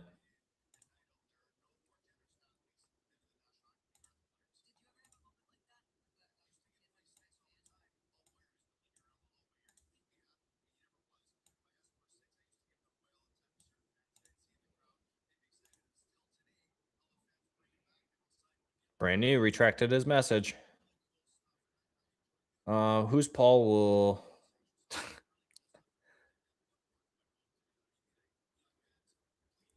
a black alternate jersey next year. Now that would be cool. Looks like it's just an even balance of ice time. What are the chances Iceman mutually parts ways this summer? I have this weird feeling about it.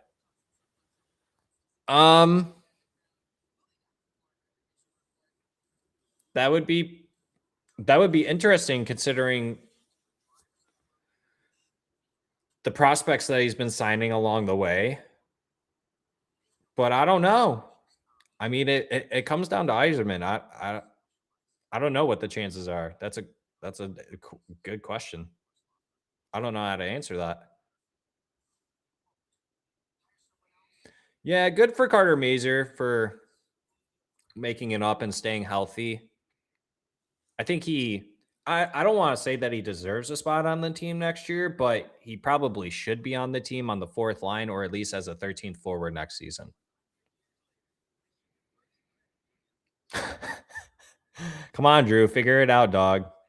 I think anything that happens with Yzerman will happen if we falter again next year. It's if we father again next year.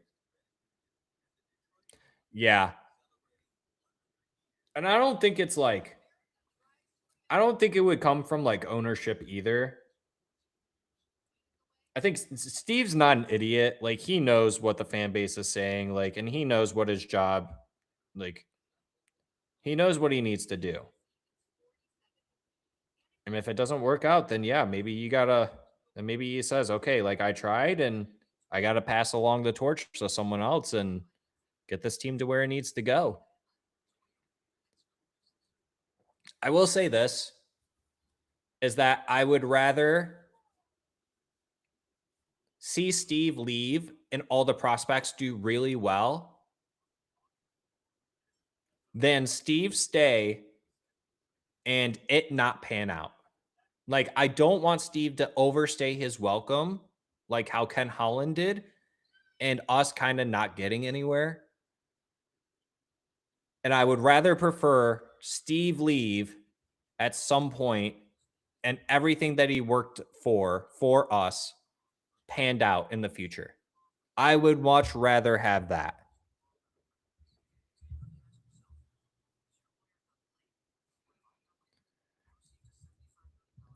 I don't know. Didn't you guys just see that ridiculous baseball contract they just gave out? I think people need to leave the Illiches alone. Like, I really don't think it's the Illiches. Like, they spend money. They care about these organizations. I don't know where fans are so stuck on these owners. Yeah, 8-year, 150 mil, and he's like what? He's like 20 years old, 21. Dude can barely drink. Crazy deal. Steve, do the trots. Andrew, this is my last Wings game on cable. Uh-oh.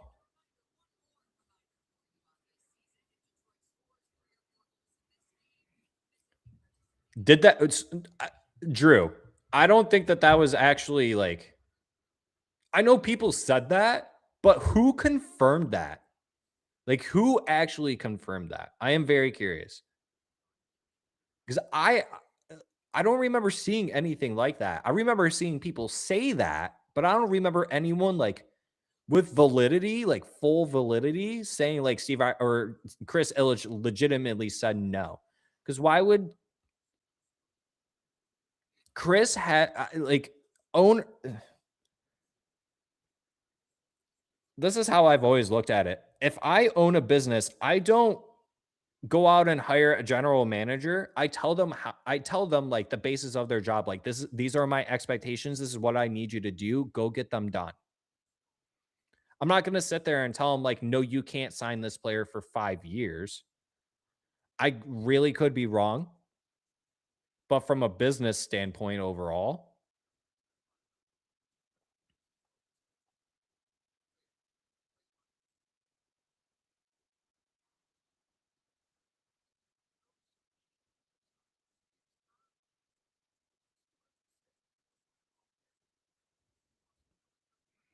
I don't think it was Chris saying no to Stamkos. I think it was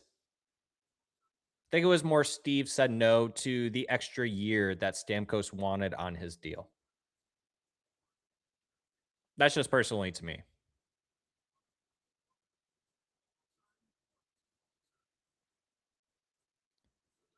No offense to those guys. I don't know how much I would. Do we actually think Steve Eisman or someone in the front office told Darren McCarty and Woodward Sports that? No offense to them. I don't believe that. You guys can. I personally don't. That's just me.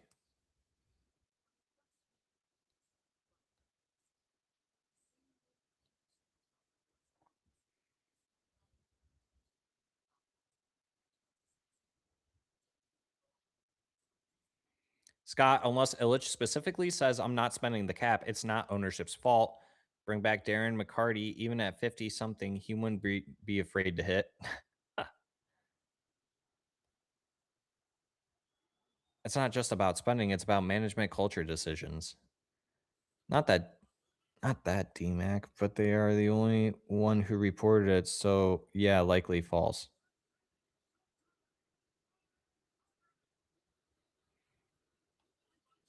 Sean McIndoe?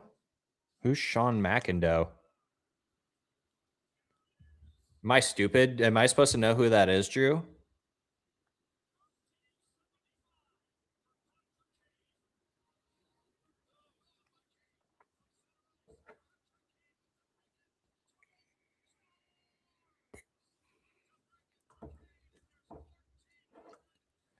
Oh, is that the main guy? Is that the main guy?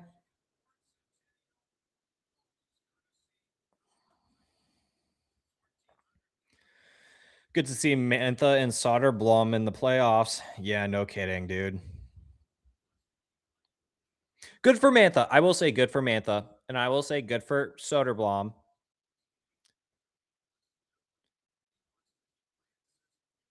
I'm disgruntled about the Soderblom thing. The Mantha trade, like that was so long ago that it's like that was like a no-brainer at that point. So that's why I say like good for Mantha. He actually had a rebound season. Like no one would have caught that, to be honest. I don't think. I think Pittsburgh did it on a whim. But that's one of those risks and one of those chances that you take. So one GM out of the 32 made a good choice. Five Stone, before I forget, I'm glad I ran across your stream. Get to hang out with the other Wings fans makes a difference. Appreciate you, Zach. Thanks, Five Stone. Truly do appreciate you too, bud.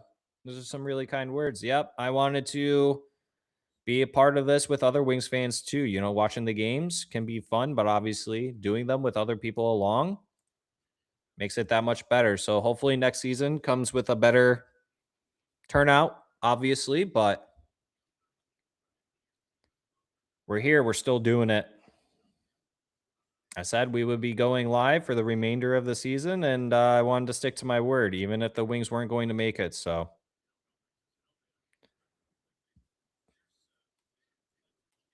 he's a hockey writer, podcaster, yada yada. Comes on the show. I mean, guys, I'll be honest. I don't watch Woodward. I'll watch the Red Wings stuff sometimes, but I don't watch Woodward. No offense to them. It's really no offense to them. I don't watch them. Oh, Omega and Nick Jensen is in the playoffs too with Ottawa now. Yes. Yes, he is. Long time Red Wing, former Red Wing.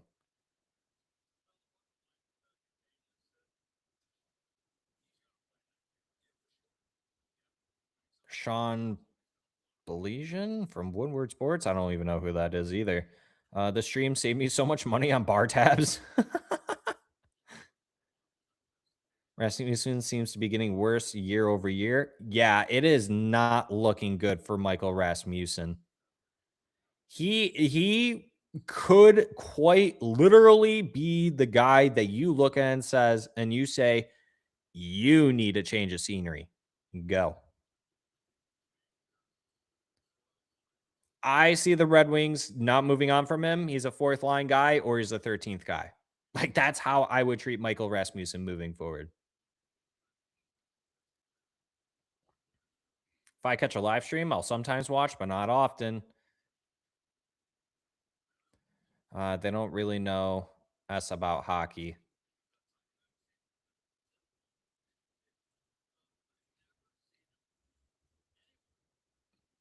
I've talked to those guys. You know, like I've had those guys on, some of them, not all of them, but we've been on Woodward Sports once. You know, they're all good guys and they're fans just like us at the end of the day. Everyone has their own thought and opinion. No one's particularly right or wrong. Everyone has their own nuanced way on wanting to go about it, and that's fine. There's nothing wrong with that. That's why we have these conversations.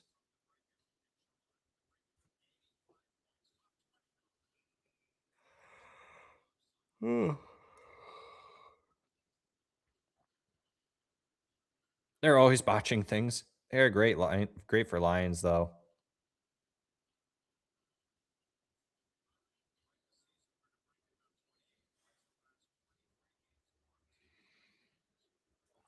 I do get asked. I don't want to say it's a lot, but I feel like I get asked like at least 3 or 4 times a year, like if I do or ever thought about doing the other Detroit sports. And I'm like, I'm not as fluent in the other Detroit sports. Like I know football players, I know baseball players, I know basketball players, but like if you ask me like super deep intricacies of like the teams or like how the sports are played, like football, if you ask me like a specific play or like how would you handle this defensive structure? I'd be like, dog, I don't know. You throw the ball and you hope someone freaking catches it. Like that's all I know about football. I know players, I know positions. If you ask me how to set up a play, I'm like, no. Don't get hit, catch the ball, score a touchdown. That's it for me.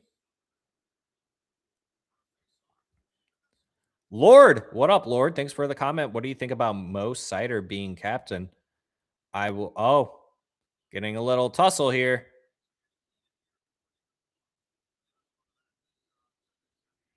Things getting a little heated here.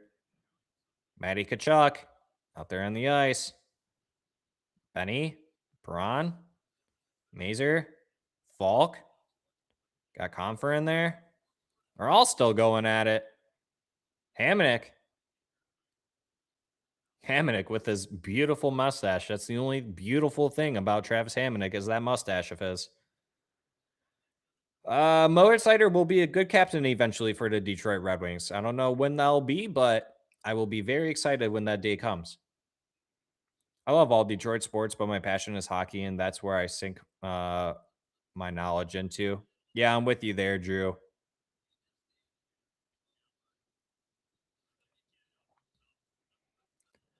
Holy Toledo. What up, JR? What's up, JR? What a send off for Paul Woods. 40 years of service. Disgraceful. I know, bud. I know. Pitiful, pitiful, pitiful loss. It's a fucking disgrace. It's fucking embarrassing. It is absolutely embarrassing.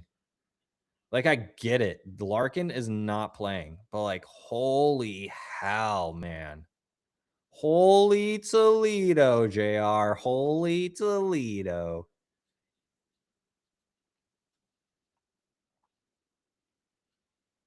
I gave up a long time ago narrating this game.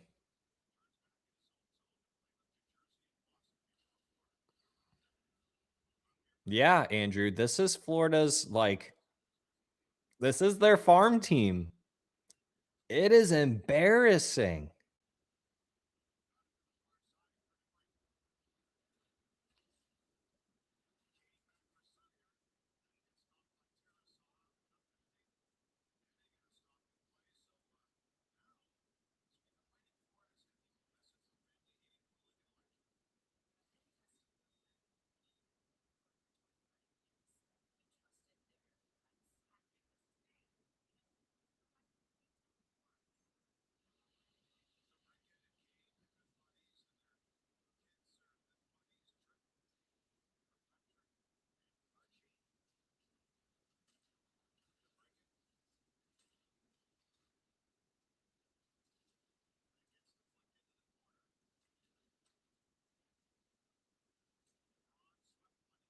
There's no call there? You're not going to call that?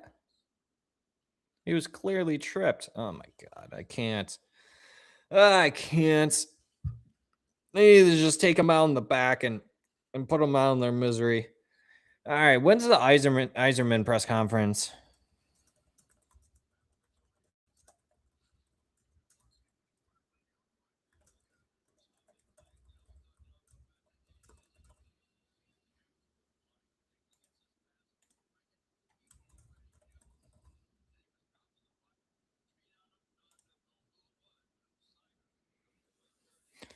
When is the Yzerman press conference? Vote on the poll. That's the new poll.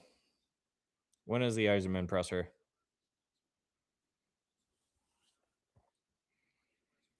I don't expect anyone to know the answer to this, but just take a guess if you guys had to take a guess. Take a crack at a guess.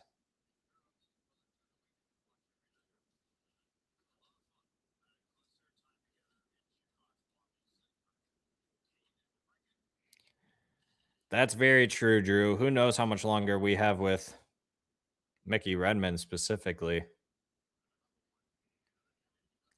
The next two people that come in and take their spots, they have really big freaking shoes to fill.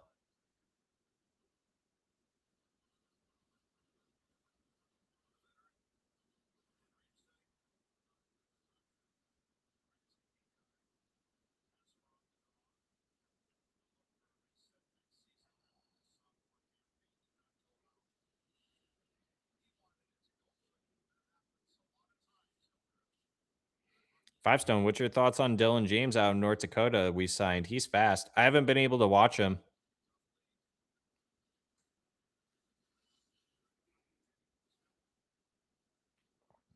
Yeah, that's a good call out, Drew. I could see Osgood taking that spot too.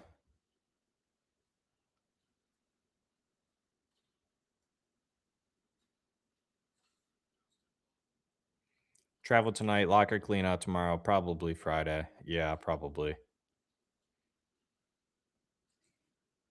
Yeah, but Five Stone, I'm curious to see how Dylan James does in Grand Rapids next season. I think people might be sleeping on him a little bit. I think he might become something, maybe like a bottom six player. Stevie's really going to be looking forward to this year's. Going to be the most challenging one yet. Yep. Why is everyone named Dylan or Connor nowadays? Then get Ken Cal. Get your boy Ken Cal.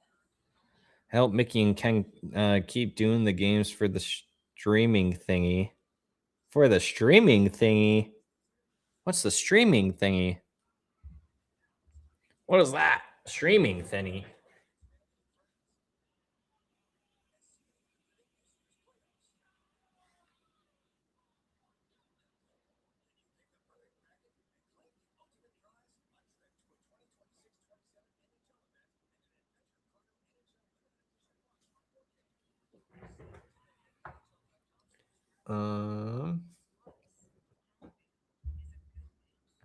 Yeah, I'll be right back, chatters. Hold on, I'll be right back.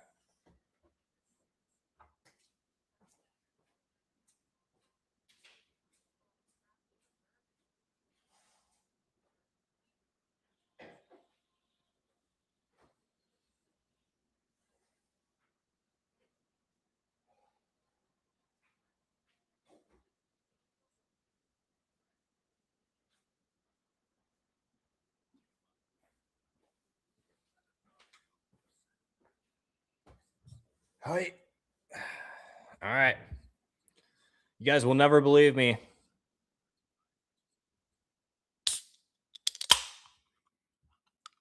But I got it. Sparkling protein water. Cheers, everyone.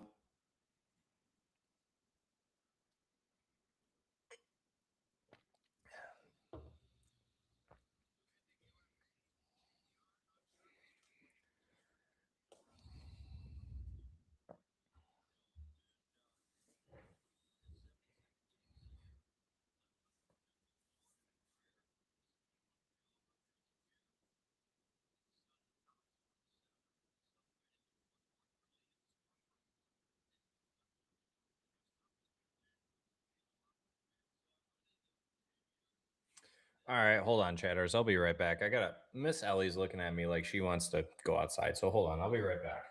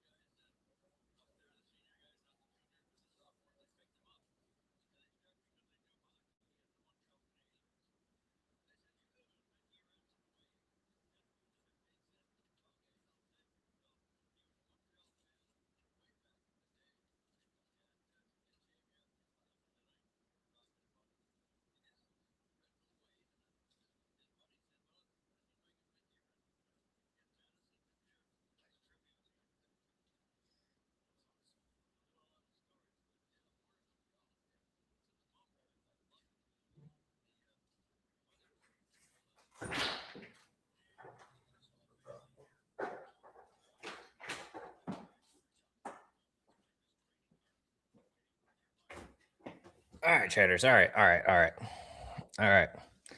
Nothing has changed. 12 minutes left to go in this game. How unfortunate. It looks like they're trying a little bit. Tigers won again. Ooh, they're getting hot. I went and saw them play last Friday. That really cold Friday night game. That was a pretty good game. Got to see the fireworks. Ooh, that was a hard shot. Who was that?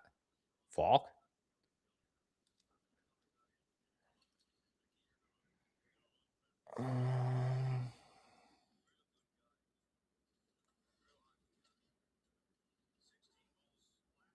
But Ozzy has stories. Wolverine, thanks for the comment, Wolverine. Thanks for stopping by. Would rather watch prospects these last 2 games than this dog pile. At least Stevie has Grand Rapids. And unfortunately, that's kind of where Steve on they 6-1. You got to be freaking kidding me.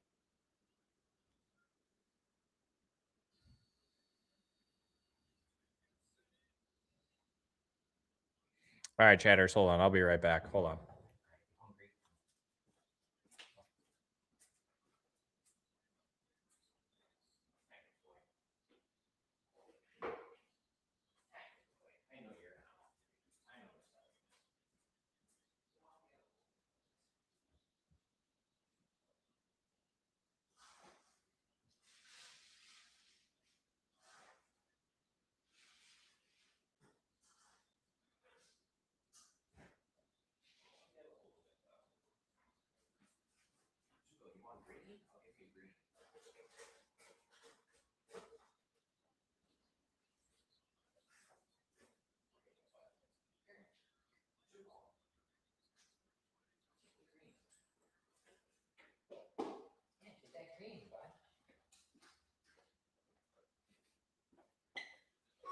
Okay. 6-1. Yeah, Drew. Play 7 D-men, allow 6 goals.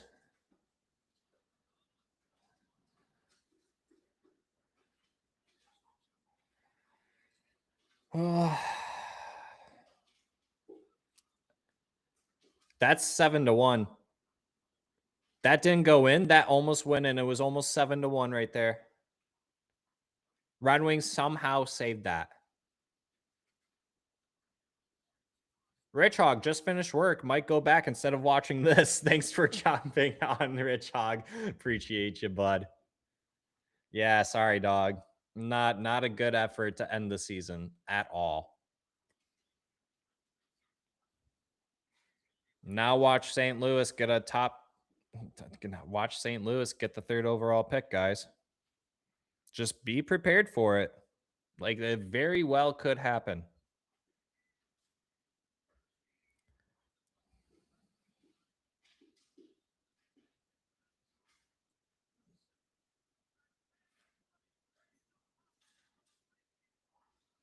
It's 7-1. 7-1.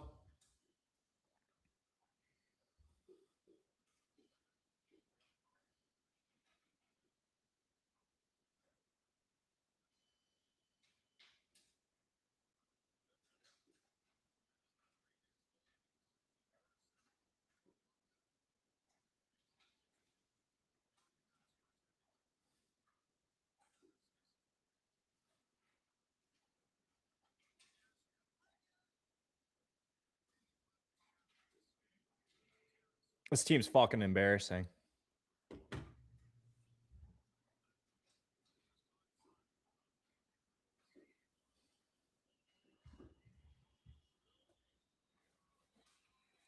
Absolutely embarrassing.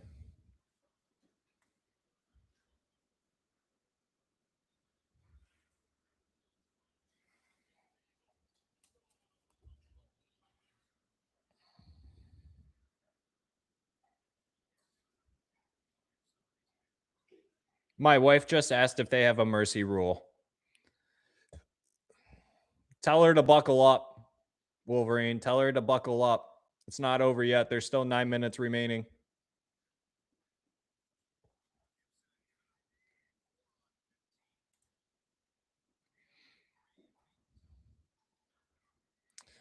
Let's look at the team stats. Let's look at the team stats. Who's doing the worst out there? So JVR is a -3, Comfer is a -2, Patrick Kane is a -3, Casper is a -2, Mo Sider is a -4, and Edvinson is a -3.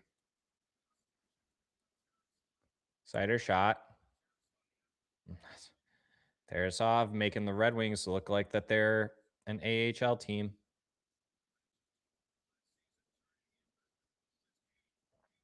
Kane circles in the net. Good backhander opportunity, and JVR can't put the. You can't. You can don't like it is. It's very, very, very impressive on how much this team just cannot put the puck in the back of the net. It is very, very impressive on how bad this team is.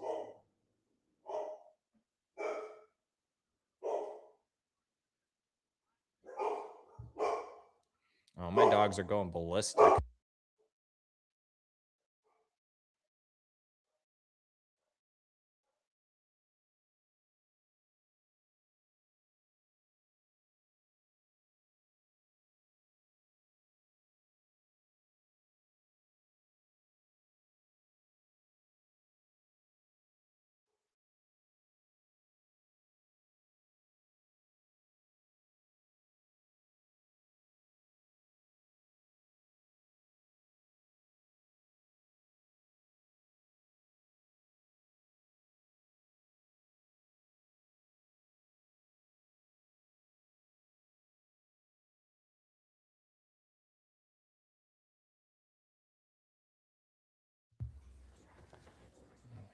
If anyone wanted to know, yes, my dogs do bite. They might be friendly on stream, but off stream, they'll get you.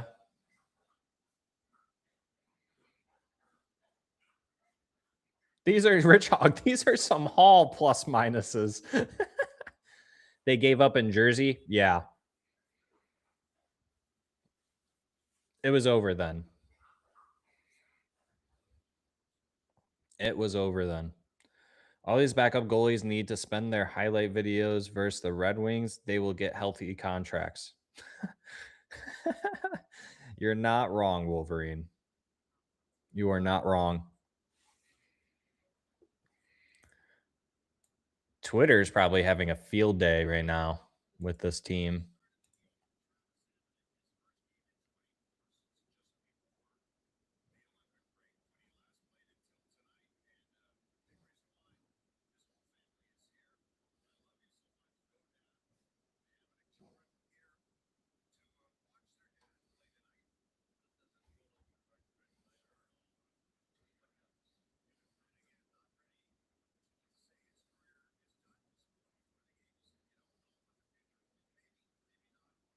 Ammo killing it down in Grand Rapids tonight, it looks like.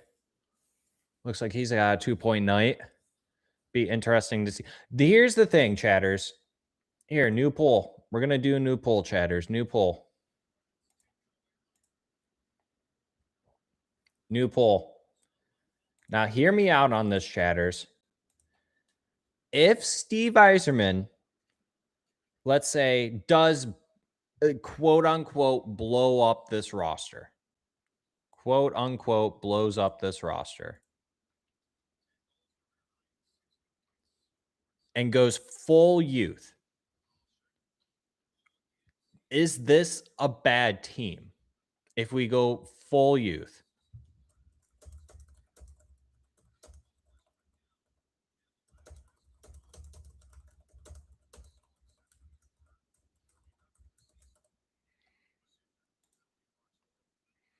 If we go full-blown youth, are we a bottom 10 team in the NHL?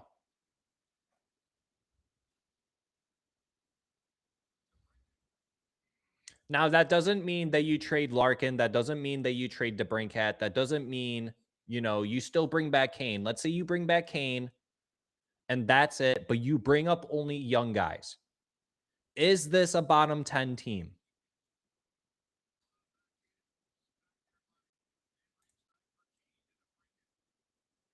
Yeah, see, okay, Drew, yeah, exactly. You only bring back Kane. You still keep Lucas Raymond. You keep Alex DeBrincat. You keep Larkin. You don't bring back any of the UFAs except Kane. And you bring up only the young guys from Grand Rapids. Is this a bottom 10 team?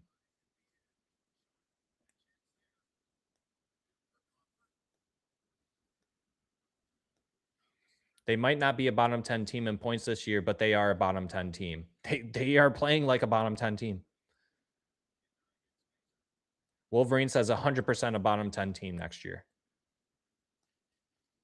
No, Rasmussen is not considered youth anymore.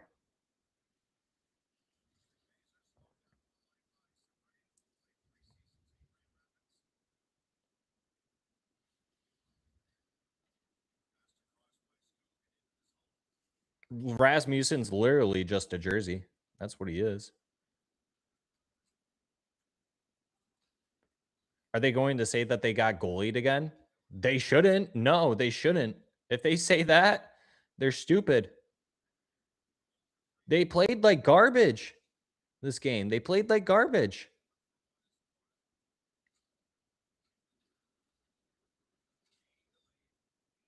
I mean, yeah, you give credit to Florida's goalie, but you allowed them to score 7 on you. Like, they scored a touchdown and an extra point.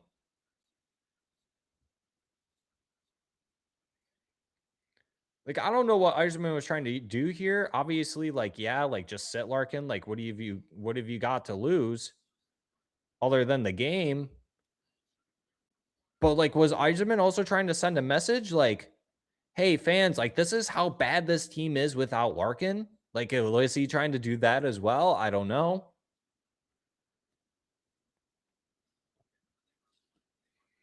The youth would not make our 5v5 worse. You either stay crap or it gets better. I mean, yeah, how much worse can we get? Really? How much worse could we get?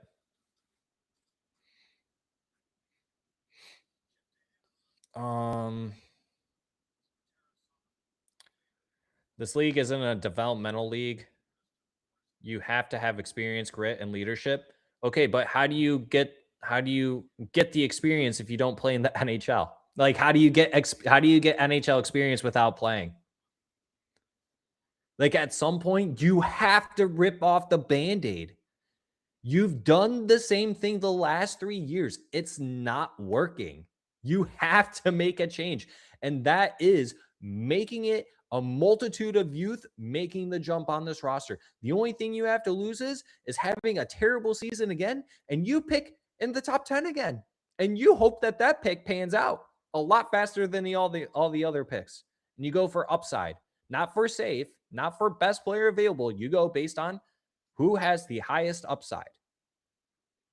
Because you haven't drafted like that, except for maybe NBN and Carter Bear. The last 2 drafts, you could probably say, where they didn't go based on the safe pick. Maybe Cole Eiserman. I probably would have rather had Cole Eiserman than NBN, but thinking back then. But we'll wait and see how that turns out.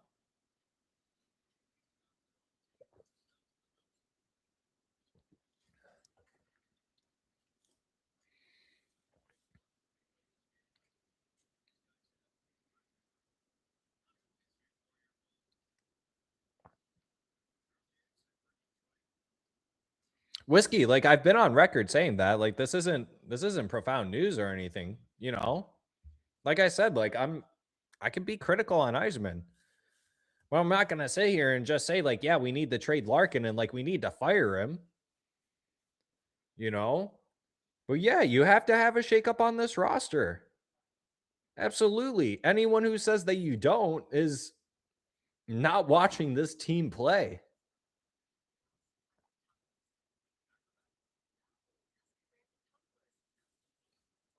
If I could pick, these are my options I have on the table. It's you trade some of the young guys and you get a ready now player that's not over the age of 30, that's preferably under 27 years old, that comes in place in the top 6, whether if that's winger or center, preferably a center, or you get another top 4 defenseman on the left side, or you bring up all your youth. It's one of those 2 options. I don't want old players anymore. Like I said, we've done that for the last 3 seasons. It's not working. It's not. And I will be very disappointed if Steve goes and does that in the offseason. I have also been on record saying that. So none of this stuff that I say, guys, honestly, should be news to anyone.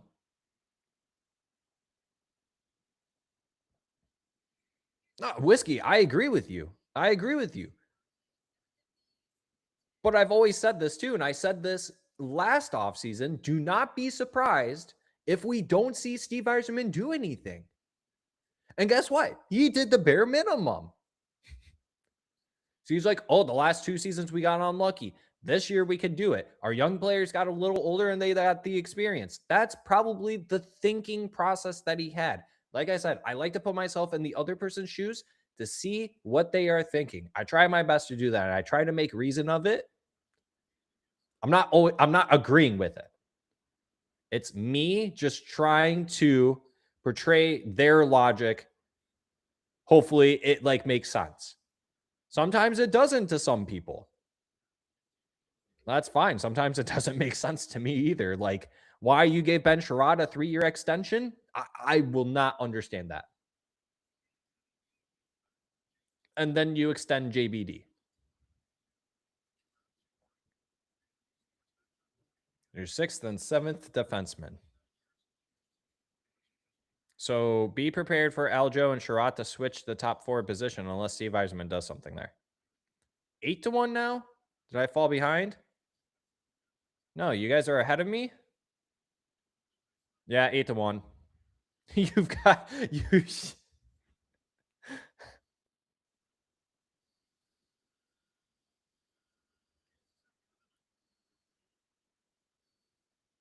Apparently, Dylan James had a shorthanded breakaway and got robbed. So he's a penalty kill specialist. So that's good to see.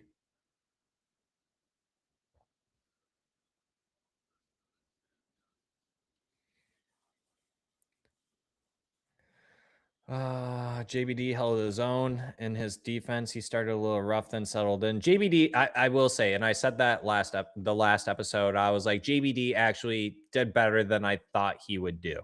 I thought he had an all right season, considering his age and what he costed us. Like free on a cheap contract. So, I mean, if there's an injury on the right-handed D side, I think that's a pretty good filler spot compared to like a Travis Hamonic and Justin Hall. So I'd rather have JBD than those two. The thing, Scott says, the thing is, do any of these young prospects have much trade value? I can't see any of them trading, any team trading away a good player for unproven bottom 6 forwards. I think we got to stop thinking that I think we got to stop looking at these young prospects as having trade value, and we have to start looking at them as we have to put them in a spot to showcase their value. They have value, but we need to increase their value by putting them in the NHL and showcasing the other GMs how they play in the NHL.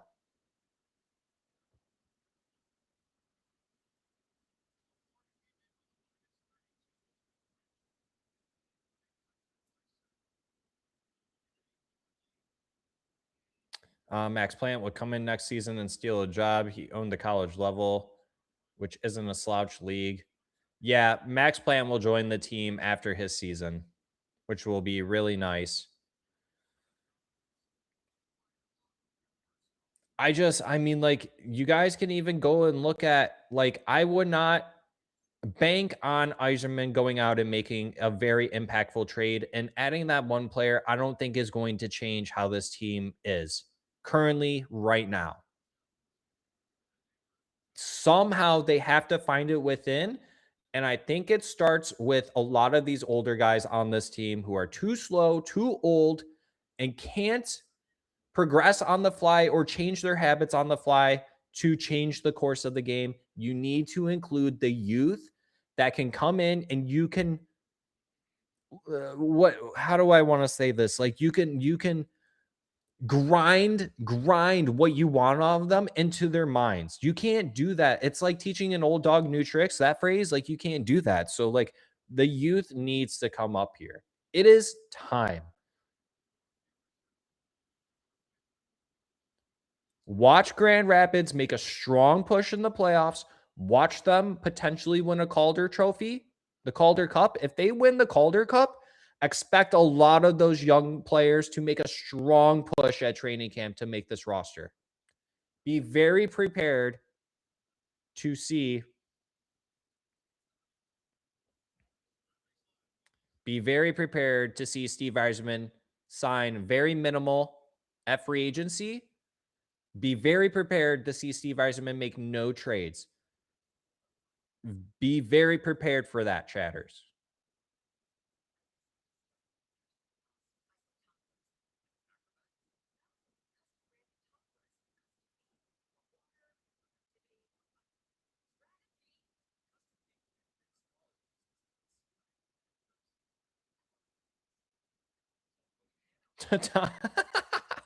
Tom Snyder, good news. Florida can't score anymore. That's funny.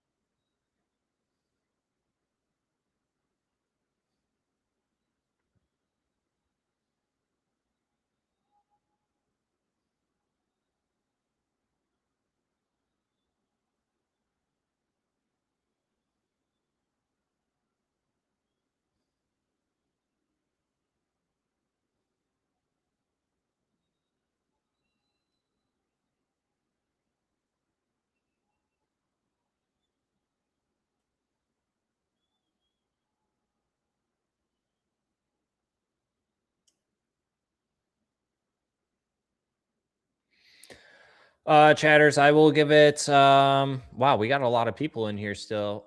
We can make this a venting session. You guys want to make it a venting session real quick? I'll stay on for a little bit longer. It is the final game of the season. What's up, Adam? Thanks for joining. Yeah, what is this game? No kidding. Go vote on the poll. If we go full youth, are we a bottom 10 team?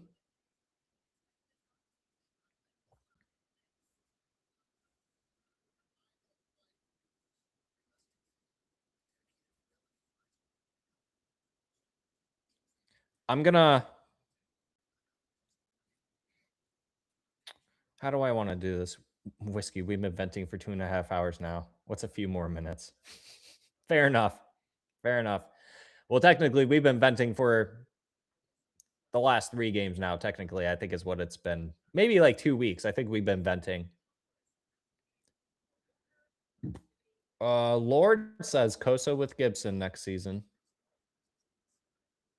You get 3 strikes. It's a full count now.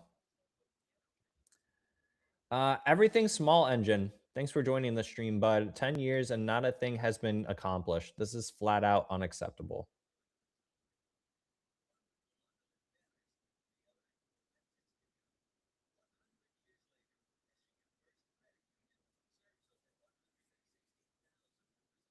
Okay. Here, let me ask here. Maybe new poll?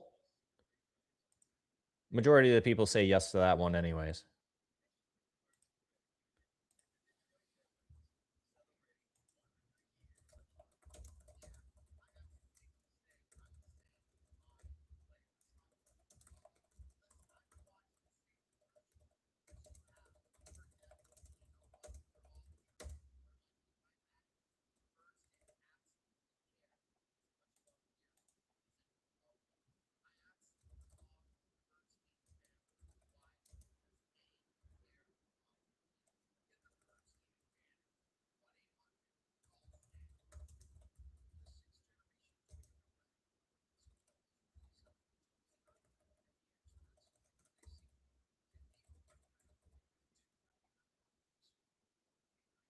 All right, would you rather?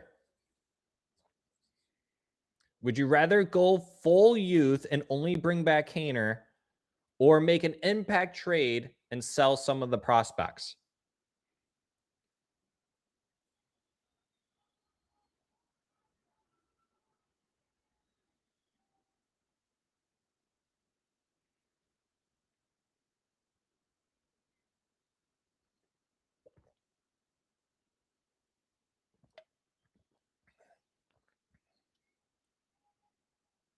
Yeah, listen, if there are some players on this team that think that there is nothing to play for this game, get them the fuck off this team right now. because you don't deserve a job here anymore. Personally, to me, your job was on the line. This game was the final message on how badly you wanted to be here. And some of them, honestly, who wants to be here? Andrew Kopp, 15 minutes tonight. 2 shots on net, 2 blocks, had 4 giveaways. Van Riemsdyk, he's a -3, played 17 minutes tonight, had 1 shot on net, had a giveaway. No blocks, no hits. Lucas Raymond, 4 shots, -2. Not a single hit. Not a single block. Brandon Nygaard, 16 minutes. He was a -1. Good for him. 2 shots. He had 3 hits. Good for him. Love that. Carter Mazur, -1, 13 minutes. Had a block, 2 hits, no shots. Comfer, -2, 16 minutes. 1 shot, 1 block, 1 giveaway, no hits. David Perron, 17 minutes. 1 shot, 1 hit. Emmett Finney, 15 minutes. He had 1 hit. That's it. Kaner, -3, 18 minutes, 2 shots, and 2 giveaways. Marco Casper, -2, 18 minutes, 41 seconds, 2 shots, 1 block, 2 hits. Good for him. That's at least he put out the effort. Alex DeBrincat, 1 shot. 1 shot from Alex DeBrincat. One shot from Alex DeBrincat. 1 shot.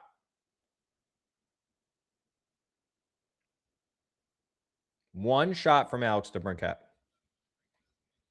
Ben Sherratt, 19 minutes. Had a point. 1 shot, 1 block. Johansson, 14 minutes. -2. Had a giveaway and 2 takeaways. ASP, 15 minutes. 1 block, 1 hit, 1 giveaway. Hamonic. Hamonic showed up this game. He had 2 shots and he had 5 hits this game. What? Travis Hamonic had more time on ice than Moritz Seider. Moritz Seider, -4, 3 shots, 1 block, 1 giveaway. Falk, 2 shots, 1 goal, 1 giveaway. Simon Evanson, 1 shot, 2 hits, 3 giveaways. Who actually wants to be here? Who actually wants to be here?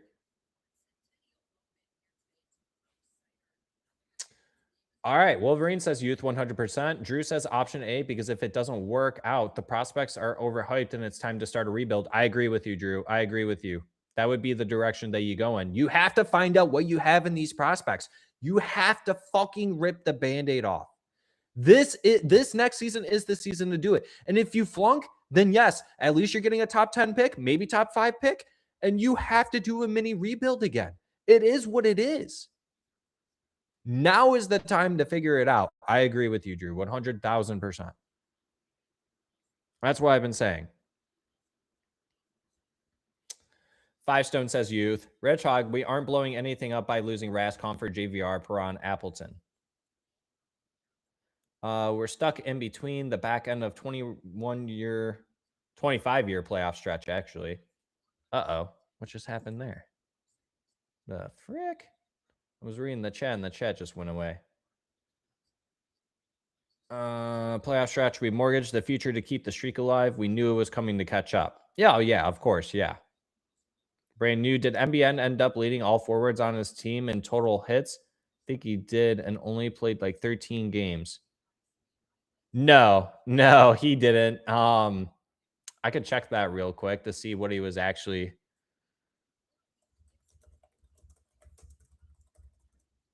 Let's see.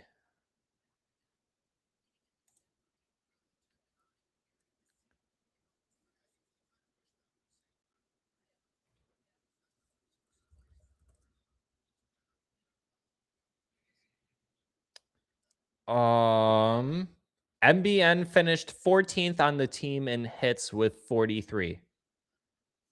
This probably isn't updated from this game, so he either finished 14th or 12th. And he had the same amount of hits as Lucas Raymond this season. Had more hits than Alex DeBrincat. Had more hits than JT Compher. Had more hits than Patrick Kane. More hits than ASP. And that's about it in notable names, at least.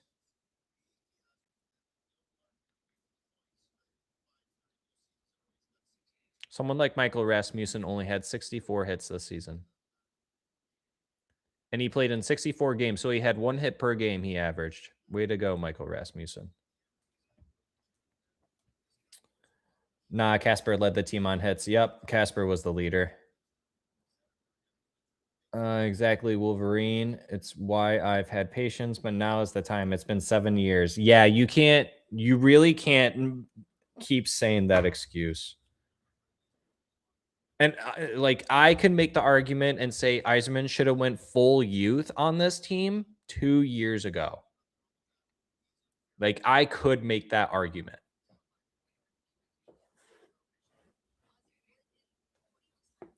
Not saying it's the correct argument or it's the right take. I'm just saying I could make the argument. Who is Hammer? Whiskey, who is Hammer? I'm so confused. But it's pretty embarrassing that last year Confer lost his 2C spot to a 20-year-old guy that was tougher than him. Confer did start at the 2C last season, actually, if you guys remember, because there was that they were trying to get him and Kane to click and connect that they were practicing in the offseason, and that never transpired. Yeah, Confer just flat out fell. He's really, really dropped off. I would not be surprised if we try to move on from him, we waive him, or we buy him out. I think it's one of those 3. You cannot have him on this team next year. Nate Danielson can do better than what he did.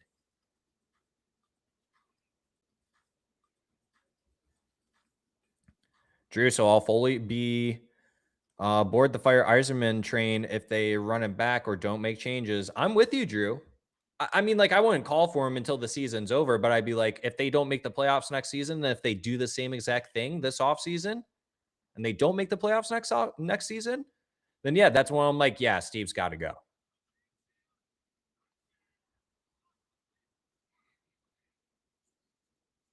Like, it's one thing to show me the product. Okay, how does the product work? And if the product sucks ass again, get the fuck out. Like, that's what it is.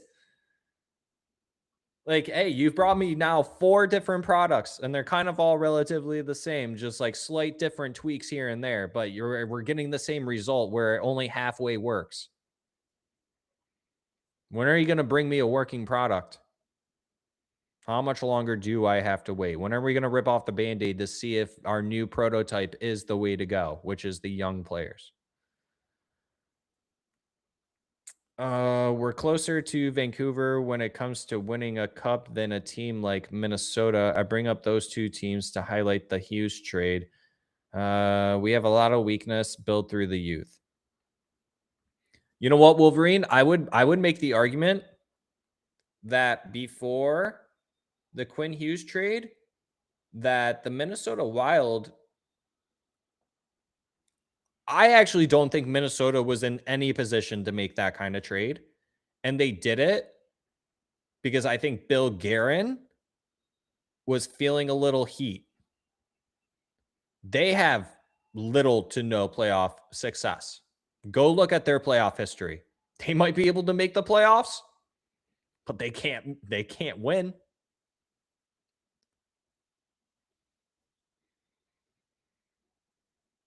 They're in a different situation than we are. I think they have a lot more pressure considering that they just landed that huge contract with Kaprizov. But it's a superstar player. How often do you get to say that you have 2 superstar players on your team? That's another reason to do it.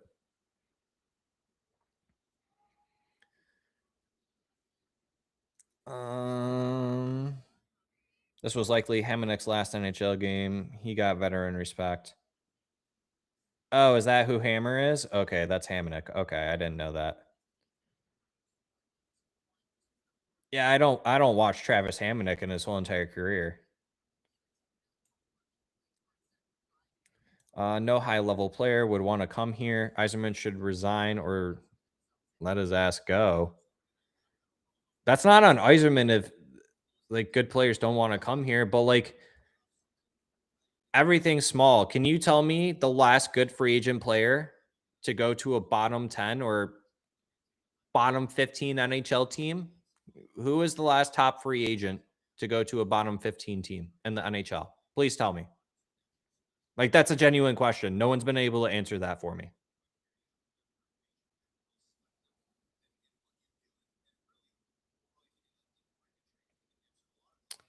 Werenski pissed at his coach for saying that they weren't tired of losing. That is the Facebook link I shared.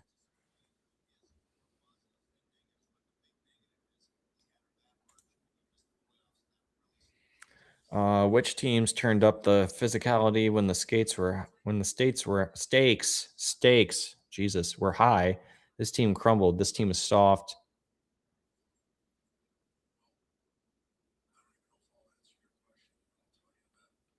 Some would say whiskey too, that could be. I mean, look, they waived Bergeron. Then they moved on from Soda. They had Nate Danielson, then they sent him back down. They had ASP, sent him down. Then they had to call him back up. They had MBN at one point, they sent him down.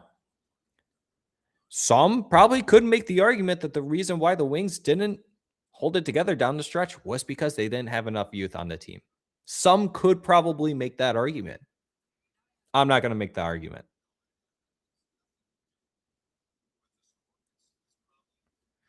I'm not saying it's an excuse for losing now. I'm saying I don't think trading our youth away for a couple pieces for short-term success is the right move here. No, exactly right, Wolverine. But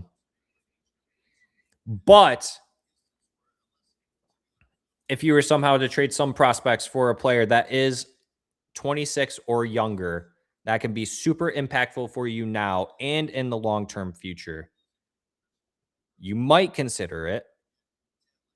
Maybe. It depends on the player, obviously, and the cost. Yep. Who knows?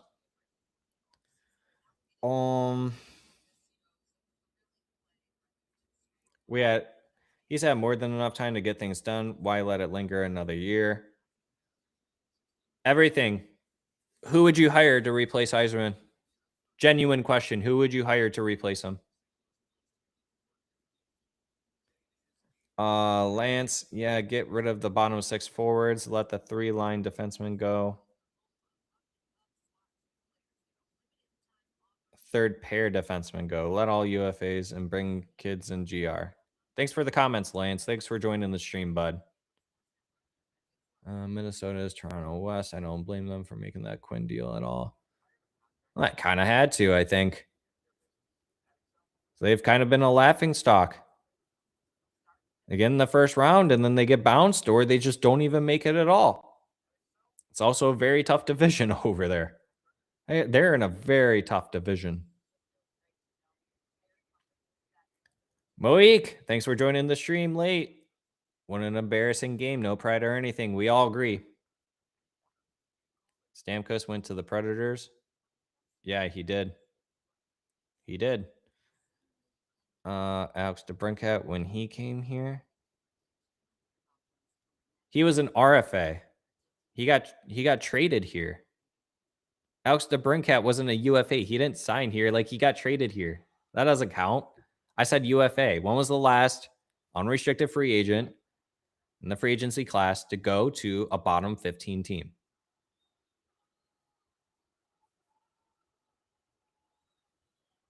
Gaudreau did. How long ago was that?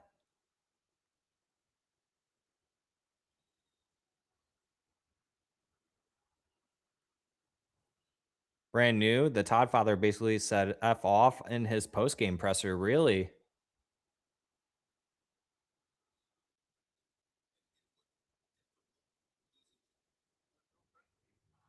I'm waiting to get to that point. I haven't gotten to see Todd yet. Why is mine taking longer? How come you got to see it first? Did he really? Good. I can't wait to see that video.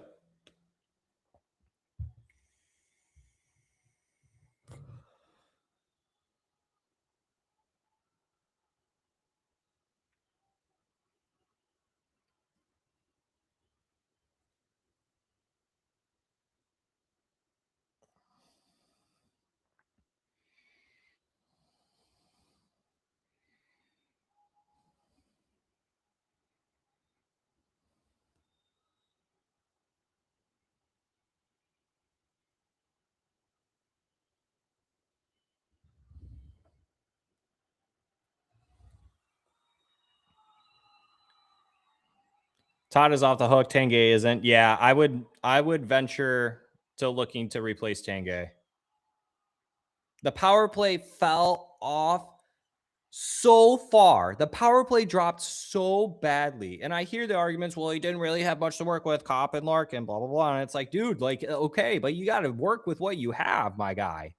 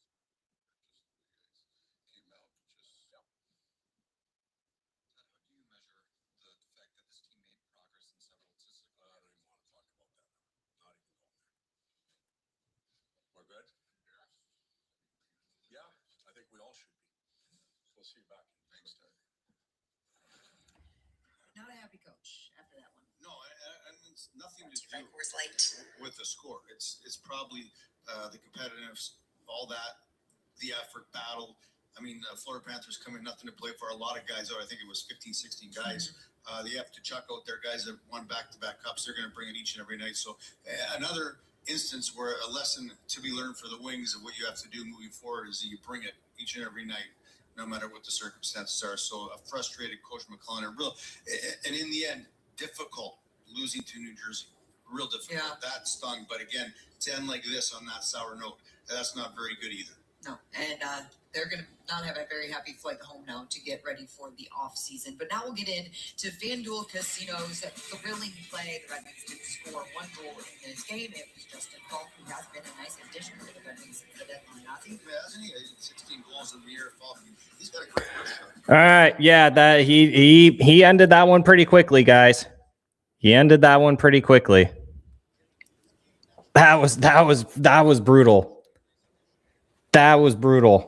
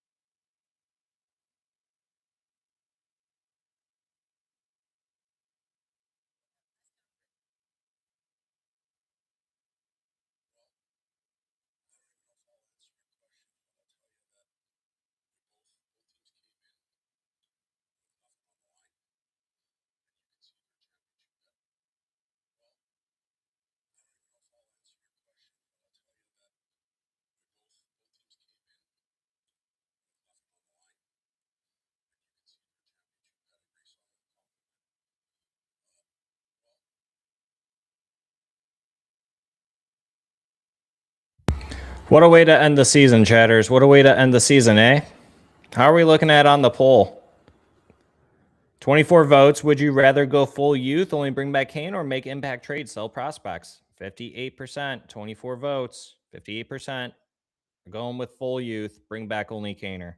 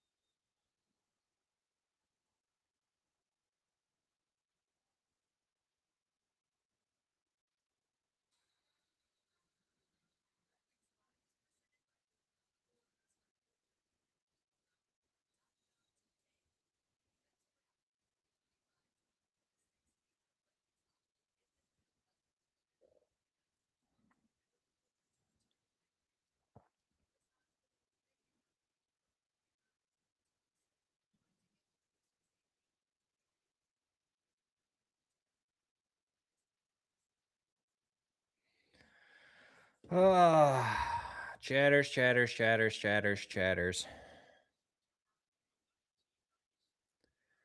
All right, everyone. 5 Stones already out of here. Probably missed some others already saying that they were out of here. This might be where...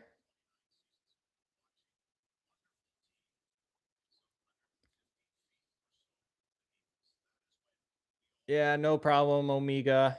We will do more streams.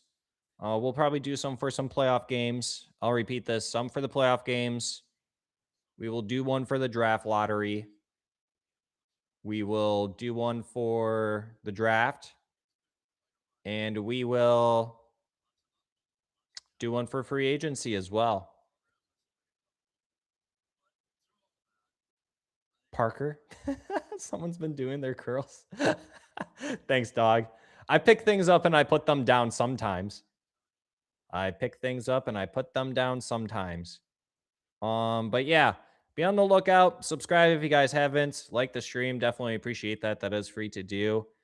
Hit that notification bell. That'll let you guys know when we're going to go live again, when our brand new episodes come out, and short videos and everything else in between. We got a lot planned for this summer and for next season as well. So be on the lookout for everyone.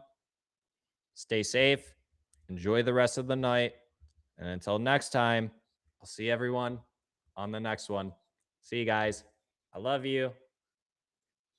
Good night. It was a fun season. I'm sorry it didn't end well. Truly, guys. I wish it could have gone better. Look at those cannons. Bye, guys. Love you all. Take care. Signing out.